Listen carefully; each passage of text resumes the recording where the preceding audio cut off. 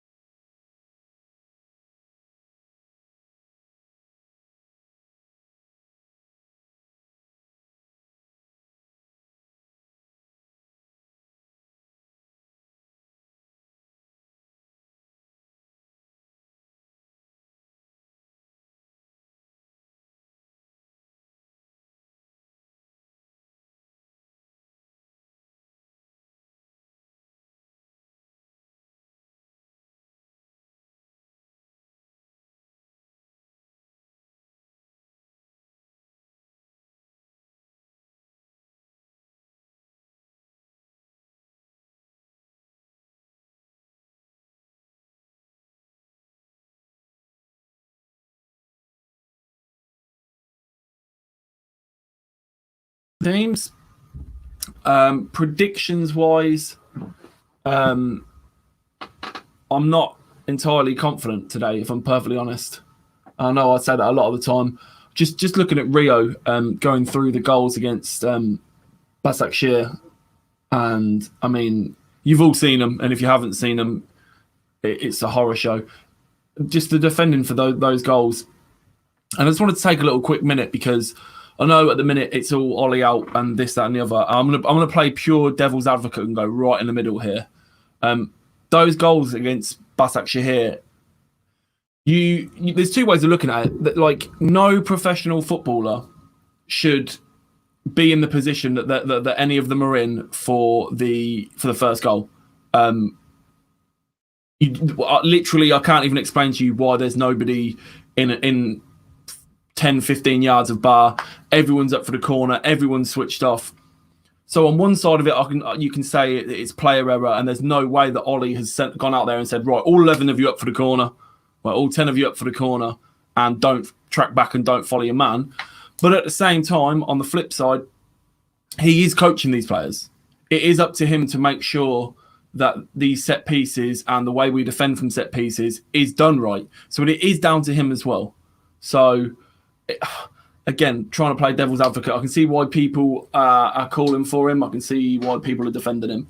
Second goal, again, just people just losing their men, not concentrating, getting dragged over.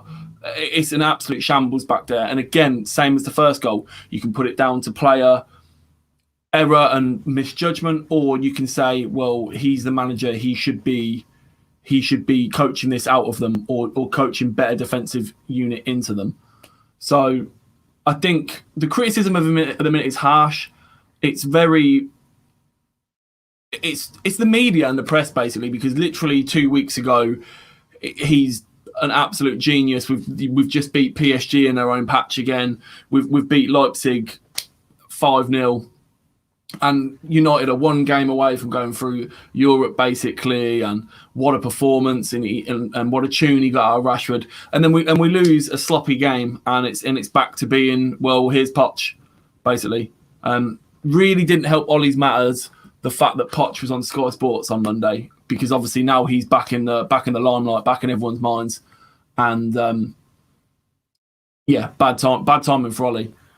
But it's cliche, it's a results game, and honestly, if we don't get a result here today against Everton, I can certainly see knives coming out. I can see the papers tomorrow. Everything will be, his time is up, and again, rightfully so or not. Whether you think he should go or shouldn't go, a whole different kettle of fish. I'd like to see people's comments and whatnot about the whole Ollie thing, and not just Ollie out or whatnot. But realistically, does Poch come in and get a better tune out of those players and get better performances from those players? I don't know if he does. I don't think we've got any evidence to suggest that he does, really. The Tottenham squad that he did very well with was a very good Tottenham squad. And you look at the players we've got at the minute, look at the last performances, the Arsenal game, the game against Istanbul midweek. You can tell that we needed players in certain areas, and he didn't get them. Ollie didn't get them. We needed reinforcements. Van der Beek, I really like Van der Beek. I think he's a great player. I don't think he's what we needed. Even at the time, I was very surprised that we'd gone out and brought a central midfielder when there were so many glaring issues and holes in the team that needed filling. So you could really tell against Istanbul that we needed a right winger. Greenwood at the minute isn't having the best time of it. I'm still not entirely convinced he should be playing out wide anyway. That's just me. I don't think he's a winger. So that's why obviously we wanted to go out and get Sancho or we wanted to go out and get a winger. Absolutely fell flat on our faces again. We signed Edison Cavani. Long-time viewers of the show will know that I'm not a huge fan. I think he's a bit of a stat padder. He's one of those players that takes 40 attempts to score 10, if that makes sense. It's probably a bit of an over-exaggeration, but he does need a lot of chances to score goals. But yeah, Cavani wasn't first choice striker to sign, and he shouldn't have been, but we've ended up with Cavani. Again, which is how long of a stopgap is that? A year, 2 years, if that? And I mean, that's pretty much it, isn't it? Van der Beek, Cavani, and a few young players for the future, which we've got plenty of players for the future. We need some quality blended into the squad now. It's all well and good having players like Greenwood that will be world class or a world beater in a year or two. We've got them now. We've got the players that will progress into those players. We need that blend of quality. We need more people like Bruno Fernandes to come in that are all ready to hit the ground running. They're all ready to go and blend into the squad. And it doesn't help at the minute when we've got people like Pogba putting in really subpar performances when he's supposed to be the linchpin of the club. He's supposed to be the anchor of the club. I'm not going to bag on Pogba too much because when he does perform, he's easily the best player in the team. But we haven't seen it anywhere near enough in a United shirt. Not even this season or last season, just in United in general. And if you go on Twitter, you'll see all the Pogba fanboys or just defending him, and there will be good compilations and not look at this against Celta Vigo and look at that. But you have to trim it down and squeeze it into a YouTube video to show when he's been good for us, really. We've got a comment here from Tony. It says, rest in peace, Everton legend Luke Sargent died at 83. Yep. Rest in peace, Luke Sargent. I'm sure they will be talking about that today, or there'll be a minute's silence as well as the minute's silence for Remembrance Sunday. Yeah, look, let's not forget Everton are doing particularly well in the league this year as well. And it's no surprise that Ancelotti has been the absolute catalyst. When Ancelotti went to Everton, I was so surprised. It was just at the time that Arsenal were going to give Arteta the job. And I at the time said, me and Alex had a really long discussion about it, that Alex wanted Arteta. I thought Ancelotti would have been a great shout for Arsenal. The guy's a serial winner. He's a great coach. He always gets the best out of players. And even when Everton got him, I thought, wow, this is what's going on here. And then obviously the revolution came with the players they signed, and he's getting a tune out of them. And it's not. There's no way it's just down to luck or anything like that. Look at Calvert-Lewin. You can vastly see the difference in him from this year to last year and the season before. He's on absolute fire, just confidence flowing through him. James Rodriguez looks like he's found his old form. It's absolutely shocking to compare his performances this season to his time at, say, Bayern when he was out on loan. Times like that, he just looked a shell. Now he looks like a world beater again. Alan from Napoli, again, if you ever watched the show, I absolutely love the guy. I wish we'd have signed him a season or two ago. Absolute quality. Decore coming in is just a solid signing. These are the kind of signings we probably should have been making. Prem quality players that are already established. But hey ho. So Everton currently sit fifth in the table. Sorry, they've played 7. And a win today would see them go back to the top on goal difference above Southampton, which is such a crazy thing to say.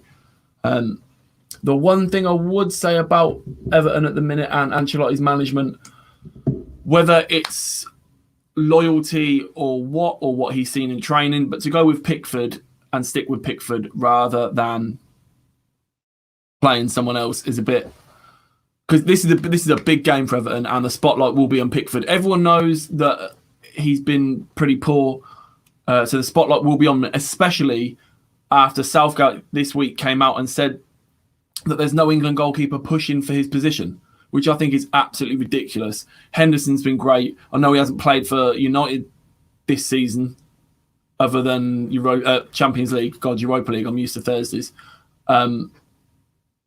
But Pope, there is good English goalkeepers out there other than Pickford. So I think that was a really strange statement. I think Southgate is just trying to stand by his man sort of thing.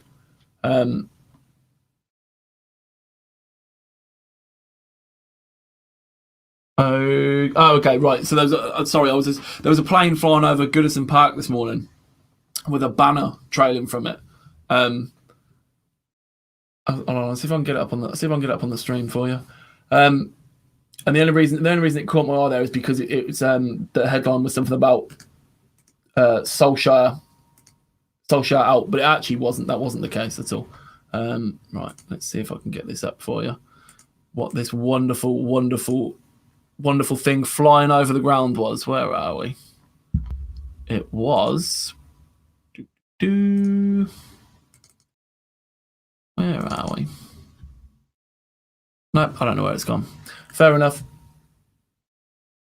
Basically, it says the world knows Trump won. Oh, no, I can find it. There it is. Yeah, there we are. So this, so what I thought was a Solskjaer out banner was inexplicably this flying over Goodison. World knows Trump won. Beautiful stuff.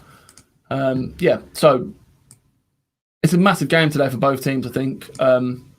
Everton to really prove that they should be up at the top of the league and to show that they're not just a flash in the pan at the start of the season. And honestly, anything but a win for United today is absolutely catastrophic. That would literally leave United, if other teams win around them today, no, unless Fulham win with a convincing scoreline, so we probably would stay in 15th actually, there or thereabouts.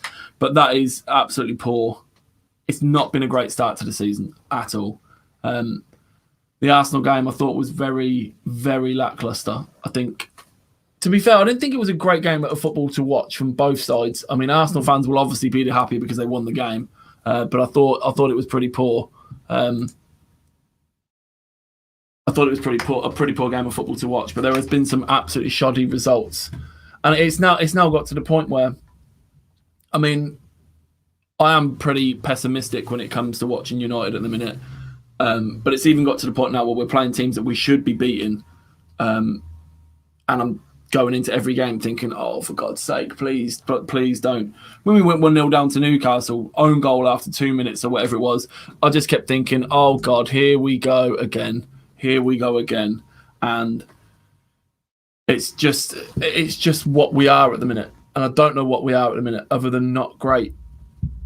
And I just, it's really confusing at the minute what style of football we are. I know what we're trying to play, but it's confusing that how we're trying to play it. And yeah, we're great on the counter and stuff, and we play that fast-paced counter. But when you're playing teams that sit deep, you can't just we can't break teams down. We're just relying on countering, which doesn't work against certain teams. It doesn't work against the teams that set out to play attacking either at some points as well. So it's really frustrating at the minute to be a United fan. I'll just have a quick look ahead to the rest of the games today. Crystal Palace at home to Leeds. I will be hoping that Patrick Bamford doesn't score again because I made the bet that he wouldn't get 10. Wouldn't get 10 in the Premier League this season, and he's already on 6 or 7. So that's not good for me. Palace. I was going to say Palace have been pretty poor, but they're above us in the league. I see a Leeds win there, I think. Chelsea versus Sheffield United at 5:30. Sheffield United are doomed, I think. I really think they're going to go down, and I think Chelsea will win that pretty comfortably.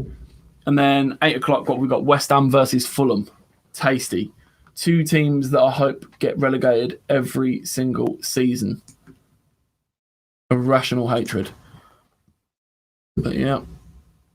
Right, we must be nearing kickoff now. Must be. There we are. This has to be a fast start from United today. They've got to come out the blocks.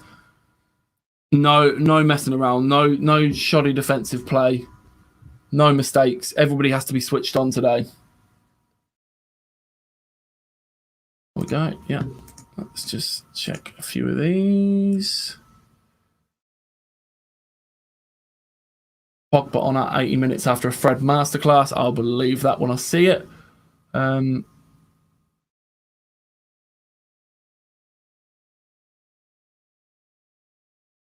People saying we haven't picked the best 11. I think it's pretty much the best 11 we could go with today, if I'm perfectly honest. I think everyone Twitter's alight with Van der Beek not starting again. But again, I don't know what people expect. Like Ollie did Ollie want Van der Beek? Was it his signing? I don't think it was. I think he was just brought in without too much of a say, or he wasn't the first choice. I mean, Van der Beek, to be perfectly honest, and I know he's upset, like everybody wants to be playing every week. Did he expect to come in and play over Fred, over Pogba, over McTominay, over Bruno? He couldn't have thought that he was coming straight in to the team. I really don't think that's the case. Again, another trend on Twitter is no Greenwood. No Greenwood in the squad. Okay. No Greenwood. And Greenwood's been left out of the England internationals coming up as well. And obviously during the week or last week, there was reports of United being upset with his timekeeping and attitude, which Ollie came out and tried to calm. But no Greenwood in either setups makes me think there might just be something going on there. Again, don't want to stir things up, but that it does look a bit ominous that there is James on the bench, no Greenwood, unless Greenwood's injured. Cavani's on the bench. And the worst thing is Cavani's on the bench, and I'm not a huge fan, but I've actually, as my punishment, that is my punishment for getting the Sancho 7 shirt too early and costing us. My punishment is that I have to wear number 7 on the back of my shirt this year, which unfortunately turned out to be Cavani. So where is that? Can't even remember what I've done with that Sancho 7. It needs to get gone. It needs to get gone. Thoughts on Man United's women player Eleanor Turner being nominated on the 40-woman shortlist for the Women's Ballon d'Or? I mean, it's great considering that the women's team have only been around for a year or two. Obviously, she's been around a bit. But yeah, I suppose it's good for the club. Not a huge follower of the women's team. Not going to lie or pretend I know much about the women's team. See what else is going on. There is a lot of angry United fans about Van der Beek. But I can't help but think that the anger about Van der Beek is just because it's Ollie not picking Van der Beek. If it was Jose or Van Gaal, I don't know if it'd have been this much of an uproar.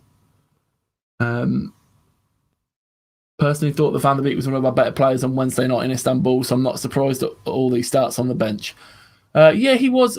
To say he was one of the better players on Wednesday night is, I mean, it doesn't say much because the game was awful. Van der Beek is getting the Dalot treatment. To be fair, I was shocked that Dalot didn't get more game time. I'm surprised that he was allowed to leave. I'm not going to lie. Think it's time for Pogba to set out a few games and let Van der Beek start. You'd think so, but Van der Beek isn't starting. I think it is time for Pogba to set out some games, though. 100%. Hopefully it'll fire him up and he'll want to put in some performances again. There's no way Van der Beek was an Ollie signing or he wouldn't be treating him this way. He should be one of the first names on the team sheet on current form. Poch isn't my first choice manager by all means, but he'll defo like VDB and use him properly. Again, reiterating what we were saying, that I don't think he was a Ollie signing at all. What else? No Tellez and then Van der Beek not in the starting 11. Tellez has literally only just started training again from Corona, so I wouldn't be expecting him to play anyway. Don't think we'll ever see Van der Beek start in the Premier League as long as Ollie's in charge. We probably will, and it'll probably be against someone like Sheffield United or Burnley. If Everton beat United and Van der Beek only comes on the last 20 minutes, Ollie needs to go. Again, not entirely sure about that. Yeah, exactly. Van der Beek was brought as a backup and people are crying that he doesn't play. Exactly. I don't know what people... I think people expect way too much. I don't understand how Van der Beek can't get a game for us right now with how poor we've been. Yeah, again, but it depends what system we're playing. I would have gone personally if Matt is in there like out wide in like a sort of diamond. I would have put Bruno out on that side and had a midfield 3 of McTominay, Fred, and Van der Beek. If I'm perfectly honest, yeah. No Greenwood, Lindelof playing despite a bad back. Tuanzebe has to play. Again, I don't know whether it's loyalty to his players or he just thinks that Lindelof or Maguire are the best partnership. But Tuanzebe had that absolutely outstanding game against PSG after like 13 months out, and then still can't get in the side. So I don't know whether that is an Ollie decision. Is he not quite fit? I'm not too sure. Let's have read a few more of these just before kickoff. what is Ollie doing with his team, really? How is Donny not starting? He was our best player midweek and Matter starts. No Greenwood on the bench is a joke. No wonder people want him gone. It's really easy. Like, it's really easy to criticize the team sheet before a game. If we'd have seen the team sheet that he put out for the game against PSG, that didn't look particularly strong, and I thought, oh my god, what's he doing here? And we dominated that game. Same with the Leipzig game. Wasn't particularly a great strong lineup, but we won the game. So I think we just need to calm down at the minute with just getting upset about every little decision he makes. Right, what else we got? Yeah. 3x. Nope. Right, no Greenwood. There we go. Yeah, people are really, really, really angry with the whole Greenwood situation. No Greenwood in the squad, but James is there. Again, we don't really know what the situation is. No Greenwood, Telles, Cavani, or Axel.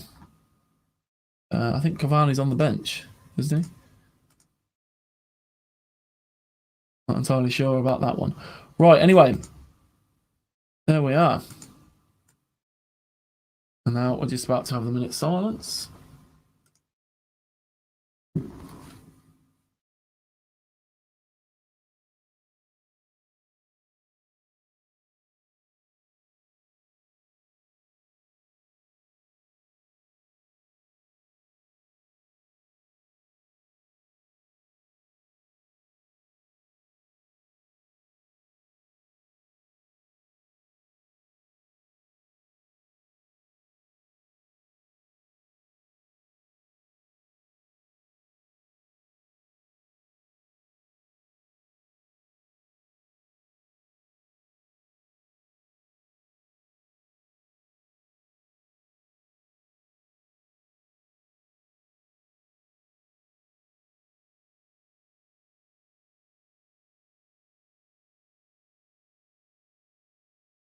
Right, here we go.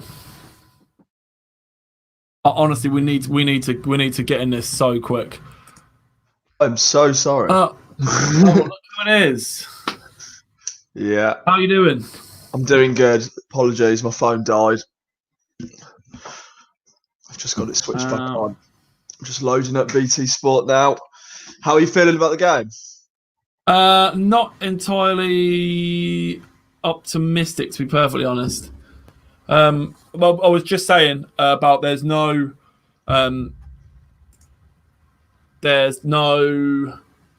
Greenwood, there's no Pogba,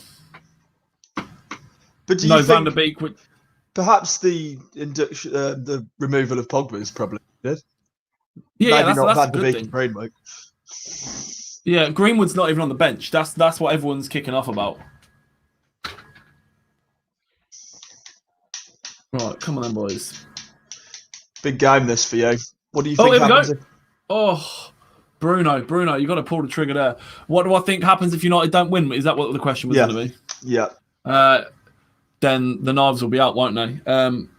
Do you honestly believe that?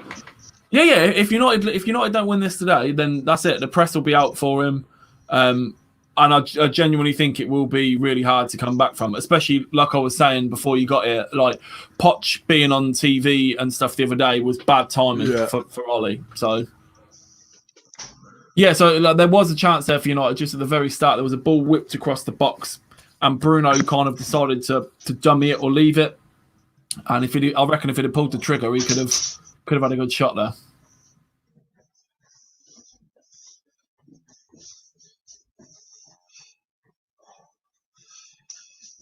Everton. It's crazy to see Everton playing out the back so well. Like it's an alternate universe, I swear.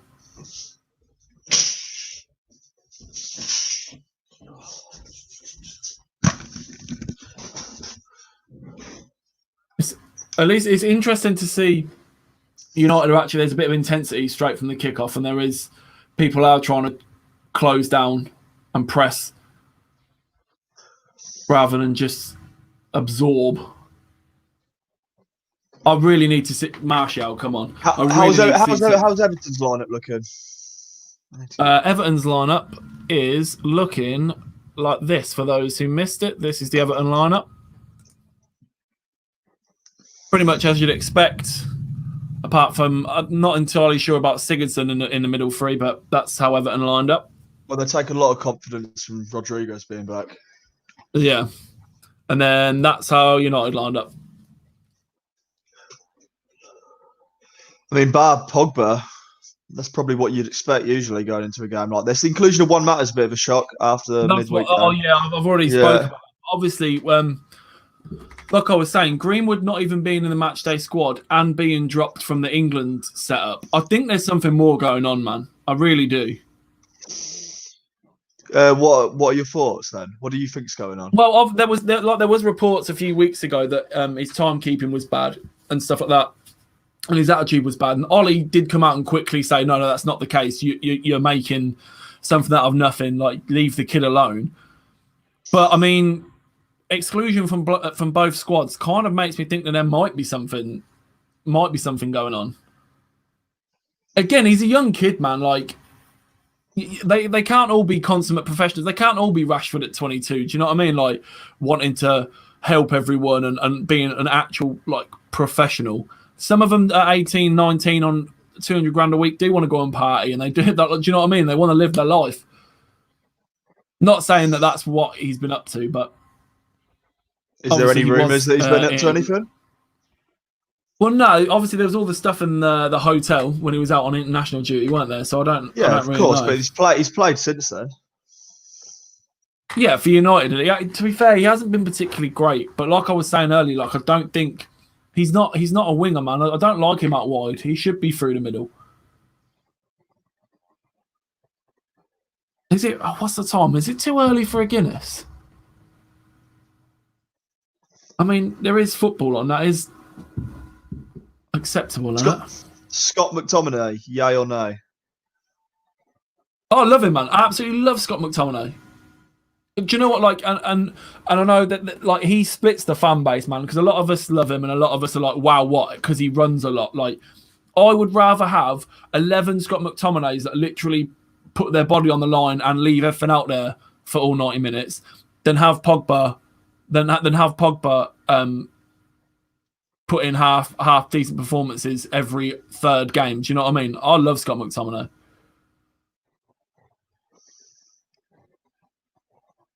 There he is. Do you think Scott McTominay suits the Manchester United team going through a transformation, or do you think he'll be in the Manchester United team when you're the final package? Yeah, I do. Like, the thing is, like I was saying earlier, you do need a blend of like youth and players that are kind of already at their level. Like, I'm not saying McTominay won't get any better, but he's better than, say, a youth player centre mid. Will he get much better? I don't know. But when you've got players like Greenwood in the squad, you still need players like Juan Mata and players like that around them to blend the experience with youth. And that's why I was saying with the signings we made this season, like signing those two players for the future. Like, we don't need players for the future. We've got young players that can be quality. We need players that are Premier League ready now to fit in around them and build around them. And we haven't got that. Do you think Champions League football is more critical this year than it was last year?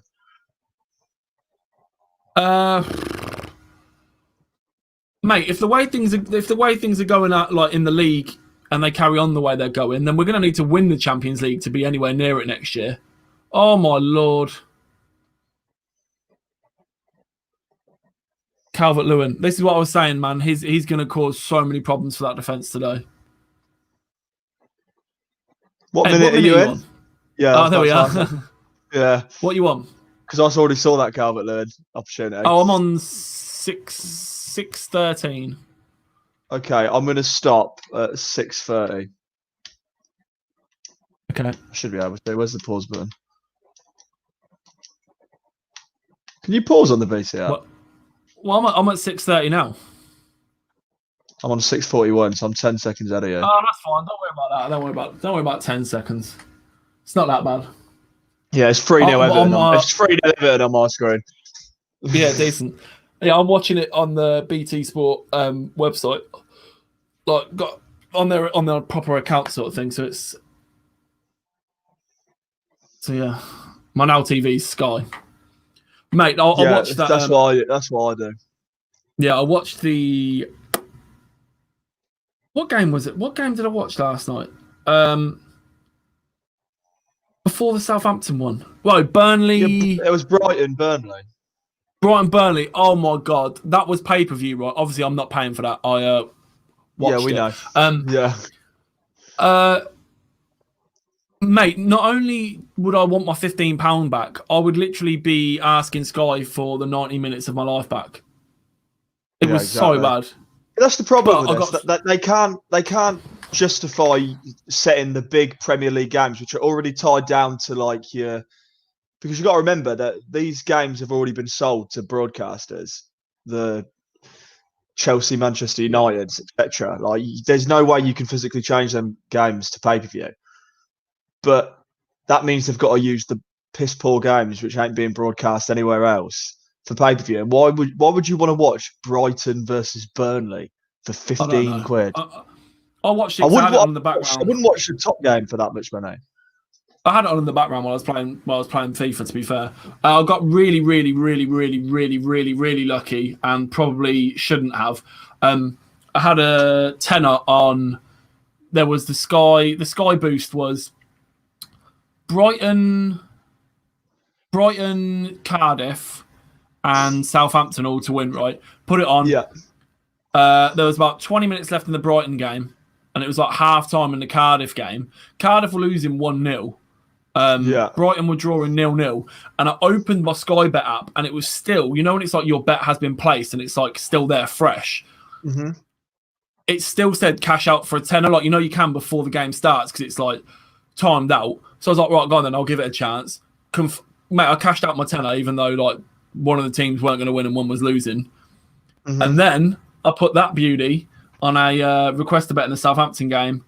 It was bookings, corners, goals. All I was waiting on, I needed the Newcastle corner with like 30 minutes left, and it only came 86th minute. Andy Carroll had a header that was a good save, tipped it over the bar. But yeah, so Sky got robbed twice, which we like to see. What's the league table looking like right now? Oh, Everton. If Everton win, they go back on top on goal difference, which is mad. If we don't win today, I think we stay 15th. There's not much we can do. Yeah, Everton will go back on top with goal difference. Southampton will go second, with Liverpool and Tottenham needing to play. Yeah. If you lose today, I mean, Brighton went against you. Brighton went for you, that result. Yeah. I mean, if we lose today, I'm not going to say like Solskjaer out, but if we lose today, there does need to be some serious questions, man. If you lose, so you're on -4 goal difference. Fulham are on -7. If you lose today by, let's say, 2 goals, and then Fulham get a 1-0 win, Fulham will go above you in the table. But this is what I was saying earlier. I was talking about. That's shocking. I was looking forward to the games later, and I was like, Leeds versus Crystal Palace, and I was like, Crystal Palace have been pretty poor this season. There they are, 3 points above us. Like, great. Yeah. It's when you start noticing your company around you. Yeah, exactly that. And obviously, we're not going to be in trouble of getting relegated or anything. But it's not. I will go as far to say, if Ollie is still around. If Ollie's still around in the next few weeks, I can certainly see him being sacked if we're not in the top 6 by Christmas. 100%. Really? Like, I'm not one of those people that think like, well, why shouldn't we beat Everton? We're Man United. But I will say, we are Manchester United, and if we're not in the top 6 by Christmas with the money we've spent and the players we've got, Not so much the money we've spent with the players we've got. Again, he wasn't back properly, so I'm not expecting us to challenge for the title. Like, for me, pretty much any trophies this season, the thought of it is cups, basically. An FA Cup wouldn't hurt, but other than that, I can't really see much. And as for the league, like it's gone already, I think, for us. Okay, so looking back at David Moyes' sacking and appointment, when you look at everything back then, because Ferguson's last title win was, let's say it wasn't his greatest triumph, was it? No, well, it wasn't. Like, for him to win the league with that team showed you how good of a manager he was, because the team was dog, man. Yeah, no, that's what I mean. That's what I mean. And then you think that David Moyes finished 7th, which at the time, Man United have never danced with 7th position. No. Well, certainly not for a long time. And I remember at the time, it was like crisis. And they did that statement at the end about sacking David Moyes after like a year. Do you know what the thing is? Everyone forgets though as well. Like, so when people talk about how much we've spent since Fergie left, we had to, man. When Fergie left, we lost like Ever on a free, Vidic went, Rio went, like players just retired.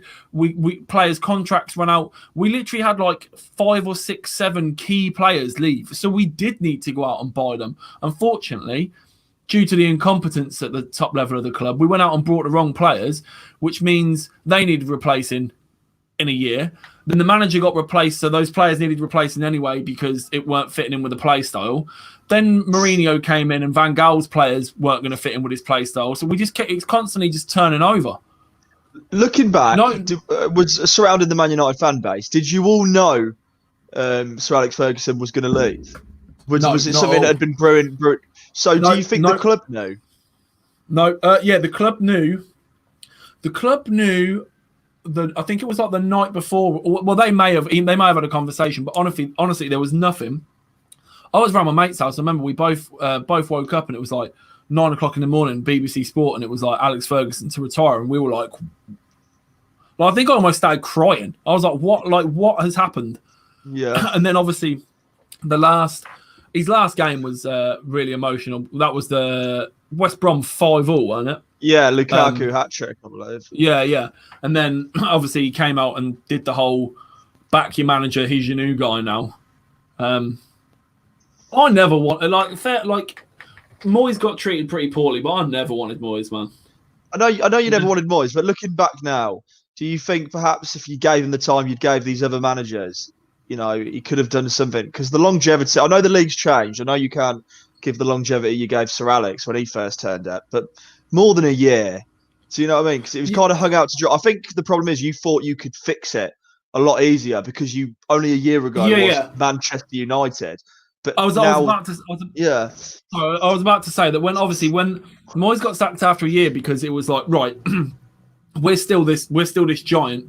We've won the last 2 out of 3 or 4 titles, sort of thing. So when Moyes finished 7th, it was a dramatic fall from grace. Now he probably would get a bit more time because now we've come to realise that we aren't going to be challenging for titles and stuff at the minute. So he would, but at the time it was literally like, mate, we've just gone from winning the title to finishing 7th. I don't think so.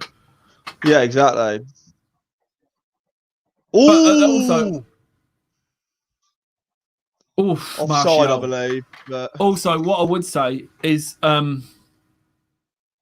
that football's completely different these days. Any manager, doesn't matter who you are, how good you are. If you're not doing well in a year or two, off you go. Onside, mate, look at Emery. Yeah, what? Who's been given off there? No one. I thought they gave the offside. Oh, okay. Yeah, you look at Emery, man. Look, the geezer won like 3 European trophies back to back. Come to Arsenal and he gets a year and a half, and see you later. Bruno pulls it back to Rashford. Nice. Lays it off for Bruno. Oh, is that sneaking in? Nearly. With Pickford in goal. Oh, yeah. With Pickford in goal, you would expect that to go in. It's a really interesting topic, Manchester United, honestly, because you do feel like we've seen the same movie 3 or 4 times now. Yeah, man. And that's the thing, like, even if Solskjaer isn't the man for the job, like to sack him and bring another manager in, we're just resetting everything again. And it's like these players, like I keep saying, Ollie is only just getting rid of players that Moyes brought. Do you know what I mean? Like, so there's still players that. Well, I don't think there's players there that Van Gaal brought really, but there's players there that Mourinho brought. So that if we, oh my God, De Gea, so sorry, they're just on the edge of the box. Nice ball into Bernard. Too much. Right, let's sort it out. What were we saying? Oh yeah, so if we get rid of Ollie now and bring Poch in, some of these players ain't going to play the style of football Poch wants, and they won't be able to. And then we'll need to bring someone else. We'll have to spend another 300 million in the summer, and then all people want to talk about is, oh well, United still not winning anything, even though they've spent this amount of money. But it's kind of like, what do you want us to do? We can't have a class of '92 again. No one will. So we have to spend money. I'm telling you now, there's some players in this starting lineup that even though I like them, I don't think they're good enough to lead the line and start for United. I'm going to upset some fans now. I don't think Martial is that good of I don't think he's the perfect striker to be up there on his own. I think him and Rashford are too similar. They can both play out on the wing. They can both play up front. But I don't think that's much of an outlandish comment. I don't know. Maybe it is in the Man United community, but I wouldn't say neutral fans think that highly of yeah, that's what I mean. I'll definitely upset United fans by saying that. But yeah, I like Martial, but he's not. He's never kicked on. He's never kicked on from what we all wanted him or expected. I say I wanted him to do well. I never have, but I've always expected him to do better. Yeah. Oh, look who it is. It's. I'll tell you what. I'm so glad Gav gives it here. Oh no, it's not Ed. Yeah. Right, Gav, you're gonna have to sync with us, G-man. Not Ed. Oh, leave it out, guys. My phone died. I couldn't find a charger. Let me guess. Everyone tried to get hold of me. I'm actually disappointed that Ed's here now.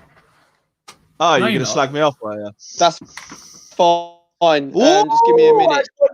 What? Oh, for God's sake. 1-0 Everton. Slight deflection there brings it past De Gea, but still, you've got to expect better. Cotton. Defending nah, he doesn't look he's so unsighted. I haven't seen the replay yet, but De Gea looks unsighted there, man. It's gone bottom corner. I don't think I wasn't talking about the performance of the goalkeeper. Is that an assist from Pickford? No. But it wasn't De Gea's save. I'm talking about the general defending. It's awful. It's what I said. The aerial presence of Calvert-Lewin. Wan-Bissaka. Yeah, but look at Lindelof. So weak there, man. Of all the players, to shrug him off there, Bernard. I think Wan-Bissaka's unlucky there because it's kind of like megged him. He's nearly got the block in. Yeah, he needs to be closed down, man. Like the defending again. That's working now. Lindelof is just so as it stands, Everton are top of the league again with 16 points.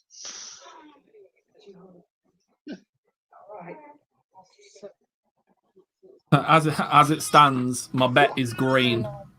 Oh, that's not going to focus. This is what he does. He bets against United, and then makes it look like a Listen, if I'm gonna be pissed off today, I at least want some money for some beers. I'm telling you that. Right, what minute are you boys on? I'm on 2023. Oh, it's okay. Man United ain't that bad. They are. Yeah, just for those listening rather than watching, that's Gav's daughter crying, not me. Yeah. I just need to clear that up. They sound the same. Yeah. Are you sure? Prove it. Yeah, exactly. prove that's not the case. Right, so I literally flicked it on as the goal was happening. And Gav, I'll be interested not very to know happy with the defender from Man United. What's your take? Well, hold on the goal or on the general place Manchester United find themselves in. Woo!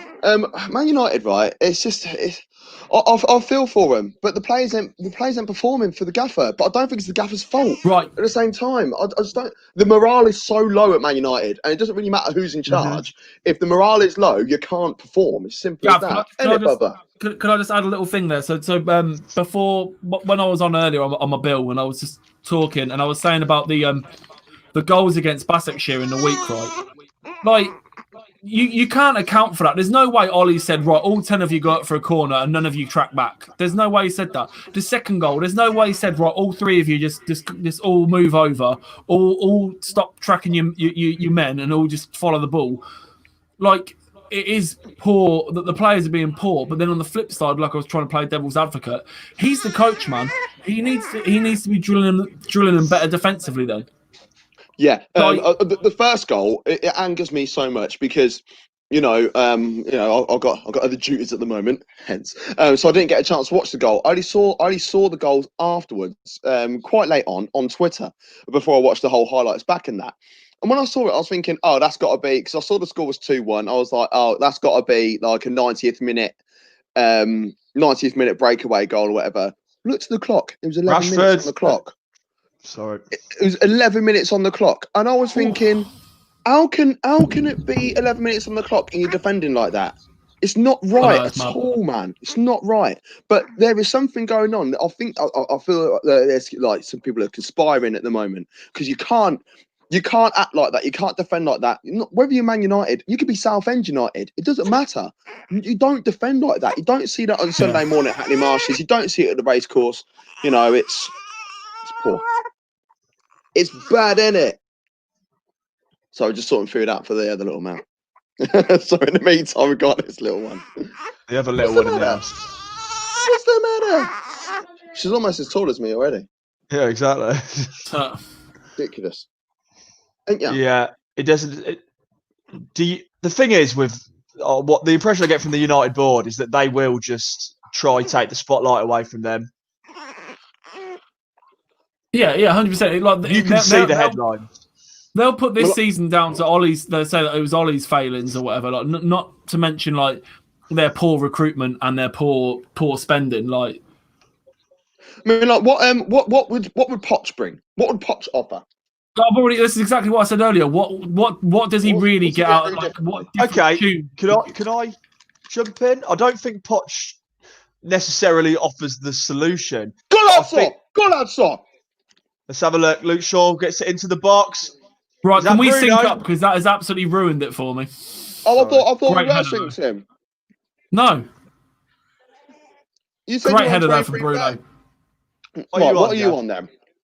I'm on 24-20 now. 24-25 I'm on. So. Oh, okay. See, don't worry about it then. I'm literally like 3 seconds behind. No, but I think Gav's like 5 seconds behind. Whatever. 24-36. Oh, yeah, Gav, you're 2 seconds ahead of me.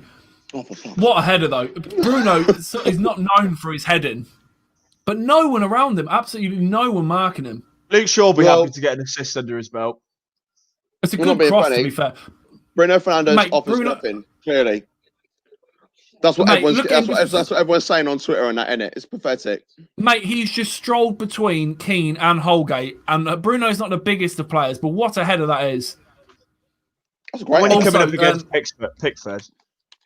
Yeah, exactly. Look at Ole. Ole never doubted you for a second. Swiss cheese goalkeeper. On his back at the wheel.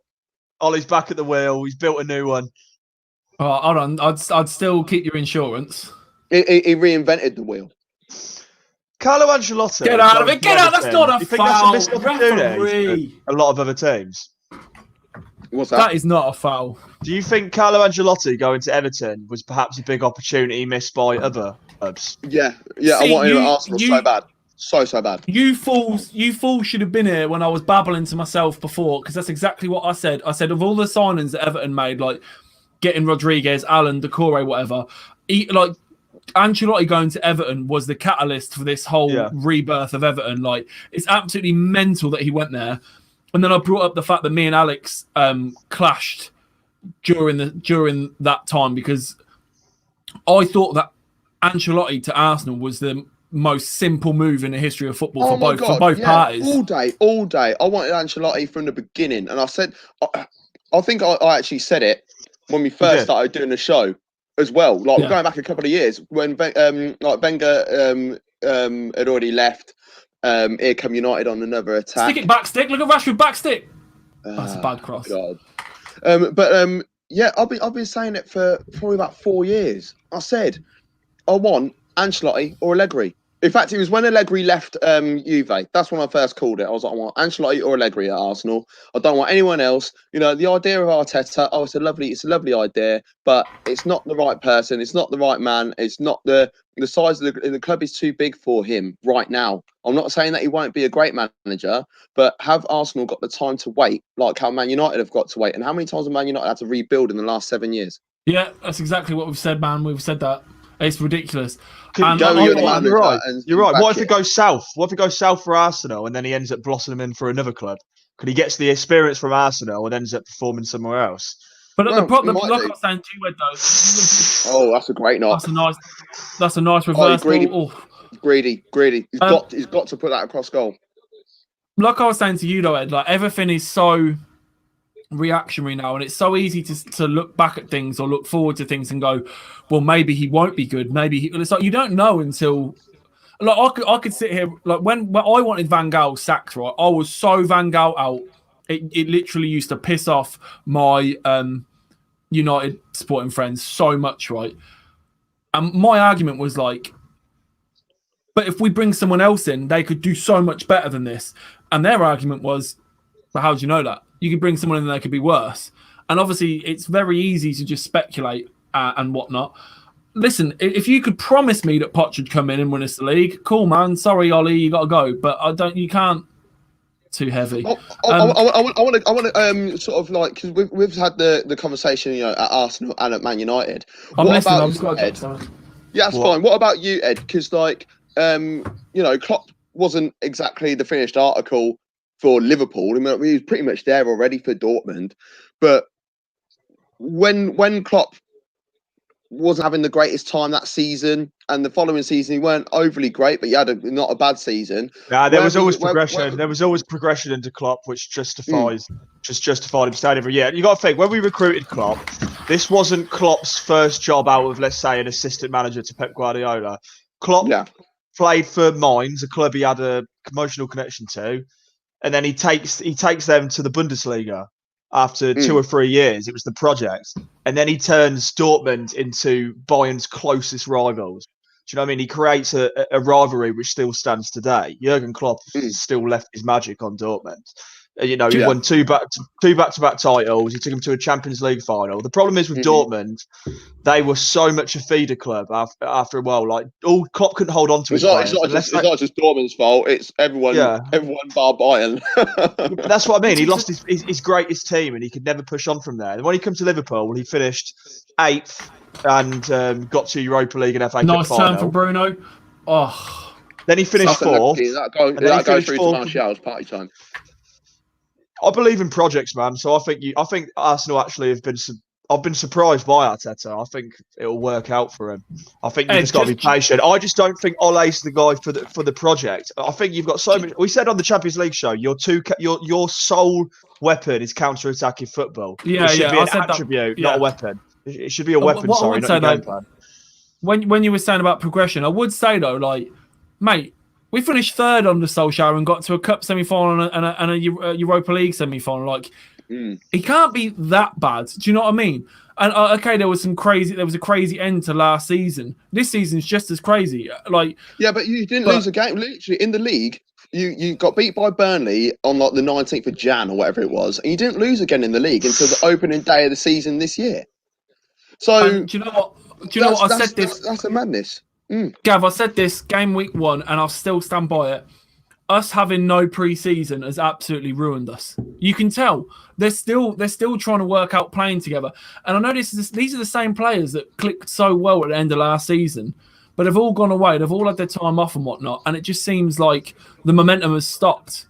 And I did feel like that was like a bit of a pussy argument. But then if you look at City haven't kicked on this season so far, have they? And I don't want to hear about injuries because they always go through a period without Jesus or or Aguero, Aguero. and they're still able to make things happen. They've actually invested. They've got whether you like Ake or not. Bayern Munich lost like 6-1, first or second game of the season with no pre-season. Yeah, lost was it 4-0, 4-1 to Hoffenheim. That's it. But, like it was the first 2 weekends of domestic football. It was everyone that got past the quarters or something. Yeah, everyone that got past the quarters in European competition, all like lost their league games. All of them. It was PSG, Bayern, United, City lost the game. Like it was. Like it's not Atalanta, just they weren't looking too shiny. You know, I think one or two teams. United are playing so much better.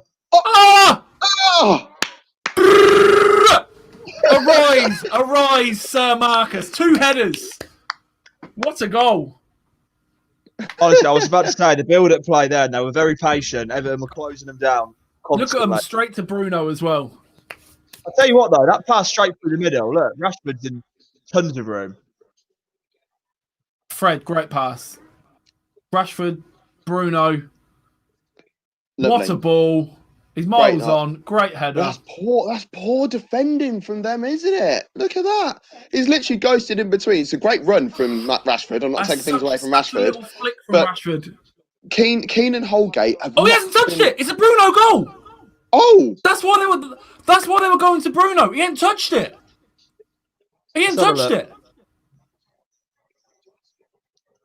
It's a Bruno goal. I don't think Ollie cares right now. That's what you know when I said they've all gone to Bruno. That's why. I thought it was because of his whip. Oh, they put it down to Rashford. They put it down to Rashford on So far, they have that. They'll correct it. They'll correct that. There'll be people on Sky. There'll be people on Twitter at Sky Bet like, I had 2 Bruno Fernandes shots on target. It's usually you. It's usually me. Yeah, to be honest, 365 would pay out though. Here we go. He ain't touched it. He's not really. He ain't touched it. Absolutely. Gav, do you want to see my punishment that I'm wearing? Oh, you got your Sunshine 7 shirt on.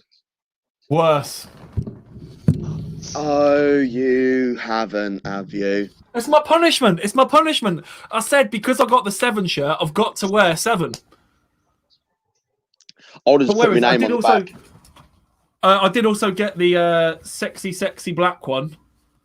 Yeah, I do like the black one. To be honest, you got Masson. Yeah, I usually go with one of the kids. Last year was Scott on the back, McTominay, weren't it? So yeah, and my Roma shirt, I brought the white away with the nice Wolf logo, and I'll give you a can of Coke if you can guess who I've got on the back. Sorry, say that again. I was just deleting some of the silly comments on the side. Sorry, yeah, I was saying that I've brought the white Roma away shirt with the really nice Wolf logo, and I'll give you a can of Coke if you can tell me who I've got on the back of that one. Oh, you've gone old school, ain't you? No, it's currently in the squad. So it's a current player. Oh, okay. I thought you just go straight with. Who's your? Oh no, he's not there anymore. Is it Palmer now? I ain't got a clue who you would have put on the back of that. Yeah, come on, you do. Give me the team. Roma. Totti. No, he's not gone old school. I'm disappointed. Anyway, to be honest, I'm a little bit disappointed. He's got Mo Salah. He's a secret Liverpool fan. Mo Salah. No. I'll give you a clue. The shirt number is under 10. Is it Dzeko? It's not. I do like Dzeko though. I really liked him when he was at Wolfsburg, and then when he went City, it was like really upset me because if I'm honest, I'm completely out of the loop with Serie A football. I don't watch Serie A football. I watch Serie C football. So you're gonna have to give it to me one for. Yeah, hold on. I'll. Are you gonna get an image? I'm gonna get an image. An image. I did that the other day when it came to the Mönchengladbach shirt. Did he used to play in the Premier League? Did he used to play in the Premier League? He used to play in the Premier League. Oh, it's Smalling then, isn't it? It is Chris Smalling. Yeah. Exactly. I didn't even think of that. I would never defend right. on the back of my shirt. So you missed it earlier, right? Before kickoff, someone flew a plane over the ground with a banner on it. Guess what it said? Ollie out. Ollie out? No, it said, the world knows Trump won. Oh, my Lord. So I'm out the loop. Did Trump lose? Mate, he's done. It's still out there, isn't it? It's like 264. Yeah, but Biden's been winning for days, man. The minute I was checking Sky Bet, the minute Biden went from 1-2 to 1-3 to 1-6, listen, Sky Bet no, and now Biden's like 1-70 or something. Like it's done. He basically Biden, Trump. Even if Trump wins every single state now, he'll only draw. And Biden is. They've done like 96% of the counting in one of the states, and Biden's winning. So it's game over. What was I going to say? Donald Trump, next Man United manager. Oh, yeah, go on, then. 14 to 1. That is the kind of thing. That is the kind of thing Paddy Power would offer 100 to 1, and if you stick a tenner on it, they'd pay out, and they'd use it as like a social media bit of advertising. Pardon me. Oh, unrelated to this game, but two up top related. I might stream later. I did the awful thing for my mental health and decided that I am going to play Foot Champions this weekend and play competitively. And the gameplay is garbage. Hold on. The gameplay is garbage, but I'm still played 7, won 7, and some of those, and like obviously it's like the competitive tournament, and some of the games have been sweaty. So I think if I do play again tonight, I think I'm going to stream it just to let people know. We're doing well. I think someone needs to step up to the plate and play against Cotton online. Don't even waste your time. I'll do it. Oh, fight! Mate, I beat a pro. One of my 7-0 yesterday was a pro player. So, bro, I haven't played FIFA since 19. I still reckon you give me an hour to warm up and I'll fucking cream you. I haven't played FIFA since FIFA like 03 or something like that. I've sweat Von D, mate. Honestly. Oh god. Oh, West Ham Fulham.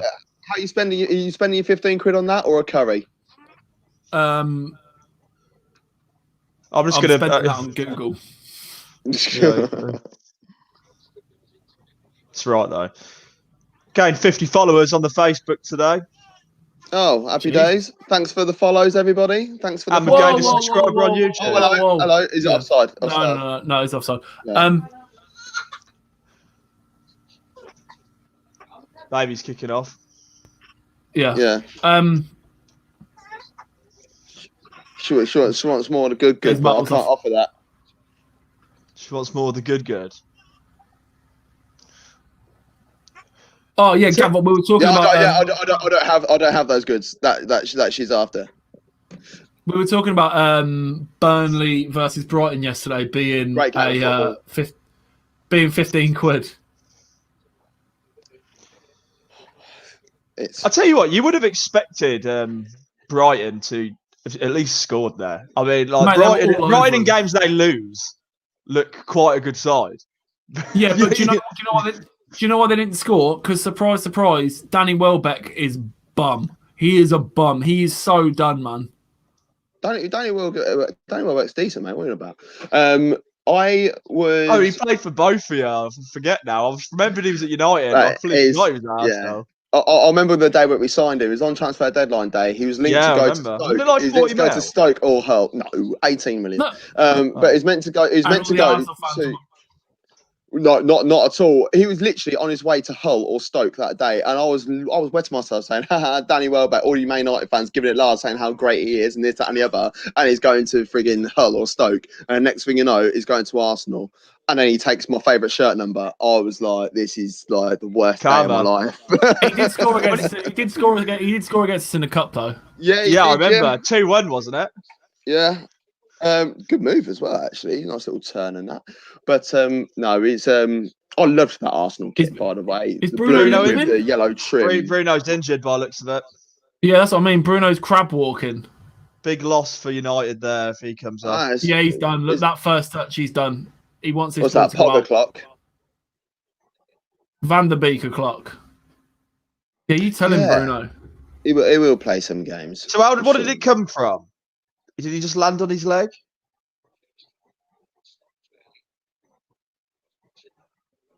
Is it his left knee? He's got the ball there. What are you even whinging about? Oh, confirmed. Second goal, Bruno Fernandes. Yeah. All he needs now is his penalty. You get a hat trick. Don't you find it funny that there's a penalty in Arsenal Man United? It didn't go to Man United. I still find that really funny. Yeah, just because Pogba is just absolute garbage. But honestly, it's not Man United. How long does he have on a contract? How long does he have on his contract? I'm just thinking. We triggered the 1 year extension, and I think that was just because so that we could sell him rather than lose him. But if it's 1 year, surely he won't go for much. He'll come on now. This is it. This is Pogba coming on. Yeah, watch Pogba just have the game of his life. No, you watch Pogba. You watch Pogba ruin this. Ballon d'Or, Paul Pogba. You watch Pogba ruin this, and we get a draw out of this. Do you think he'll do a Cruyff turn on the edge of his box at a top club where he doesn't have to do tons of the work, like a Mesut Ozil, like Juventus? Potentially. He had cover in front of him at Juve. That's what I mean. Like he did at Juventus when he's playing for France, And then if he's playing in front of like two CDMs, he's just got freedom and he's really bloody good. Yeah, he is. Yeah, he is. World Cup, he was fantastic. He just want to do. Want to do the dirty work. That is an absolutely cracking header from Bruno, man. That is such a good header. I can't blame Pickford at all for that. I don't care how short or long no, that's a quality. No one's getting near that. Oh, people are going to be all over it going, no one's getting near that. Watch the Premier League review show. Pickford out. Yeah. Oh, yeah. Thumbnail of Pickford like this. Yeah. My nan feeding ideas. We're going to do that, haven't we? Yeah. We love a bit of Pickford, eh? Poor Pickford. Another YouTube subscriber. Hello. No, you watch Van der Beek not come on for Bruno and Twitter what's he got to do to get a game? You know it. It's more the ones that's so is Bruno looking at coming back on, or is he even subs? It might have just been a dead leg. You hope so. There's someone's just cashed out now. And they've Bruno. How have I been given, right? I say given. How have I now got 4 weeks off work, yeah? And you're going to take 2 of them away from me with an international break? I know. Well, I don't get to watch Saturday football hardly ever, man. Isn't it 6 right backs he's picked? Oh. Right, so now you're here as well. Obviously, I was talking to myself about this earlier. How is Southgate going to come out and go, yeah, well, there's no one really pushing for Pickford's position, is there? Are you done? Of course not. Look at Alex McCarthy. He's not even anywhere near this squad. We have a look at the England squad at half time. Yeah, we will. Yes, I'm literally just getting an image for it now. Ooh. Oh, okay.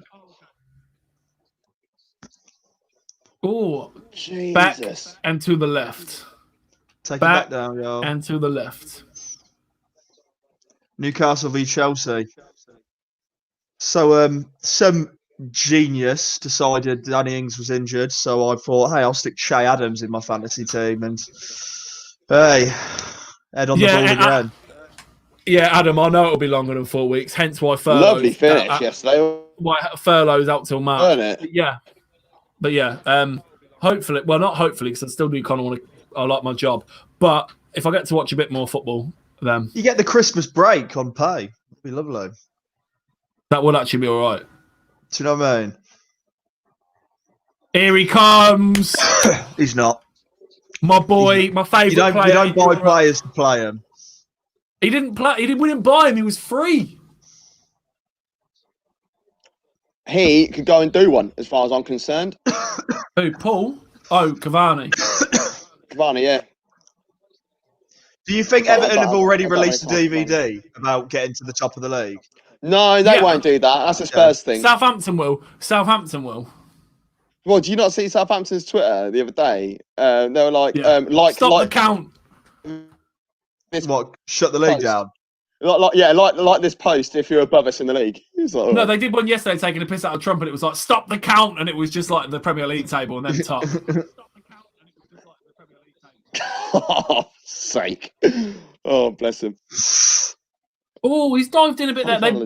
Decent. I would say, hold on, before I'm glad Calvert-Lewin didn't make a big meal out of it, though.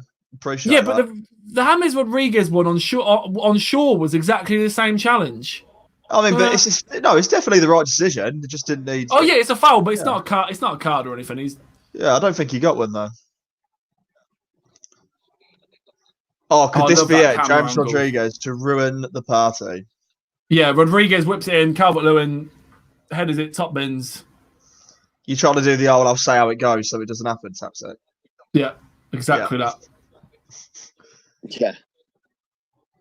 Okay, this is going straight into the wall. Ed, don't spoil it. Pickford! No, I'm joking. I hate that camera angle when it's like looping away. Pickford on the bloody halfway line just buries it. Man, Bruno is class, man. It makes me really. Do you think Rodriguez has been rushed back for this game? Yeah, man, 100%. I'd do the same as well if I was Gaffer. The thing is, what James Rodriguez is playing for Everton, man. He could have done some bits with probably an already established side. Yeah, do you reckon Isco would go there as well? I see them rumours, and I believe it. Talk. Yeah, man. Yeah, of course it is, because Everton are a team on the up. I mean, even if you look at their new stadium's fantastic. Like they're clearly trying to have aspirations to have two giants in Liverpool. I mean, I know they're a giant club in terms of English, but in European football, they're not. I feel that Everton could have been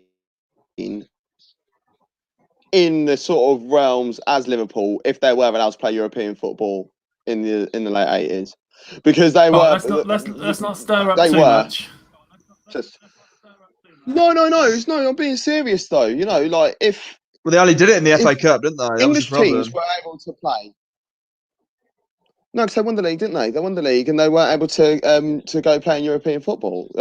And I reckon if they were able to, they would have gone on and won it, or they would have at least got to like a semi-final because they were just so strong.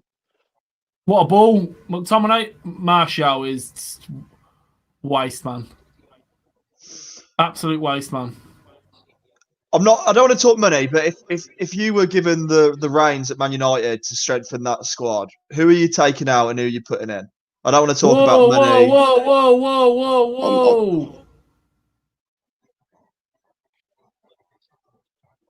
That looks pretty late and off the ball. Well, we'll have a look at a late review. Oh, I don't think it was that bad. Oh. Okay, man. Hold on. That's a yellow. Oh! Do you know what I love though? McTominay. McTominay just wants to scrap all the time, man. There'll be plenty of time for that in the championship. Don't worry. I love Alan. What, for McTominay? Yeah.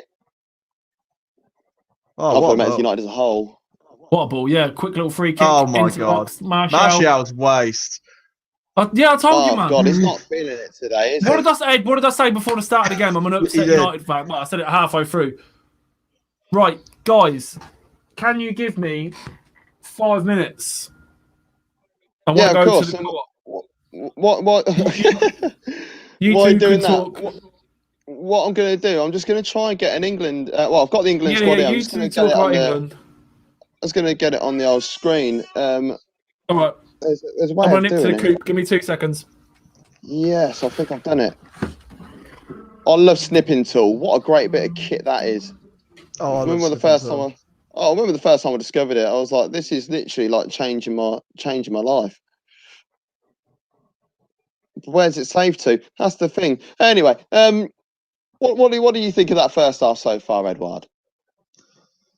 I'm surprised in the manner United come back into it, because with the circus that surrounded them in the last few weeks, to then go a goal down against Carlo Ancelotti's Everton side, they just seem to pick up a pace. But I'll tell you what, Everton, for a team that was 1-0 up, yes, United are struggling, but it was so easy to get into the attacking third of Everton path. Mm-hmm.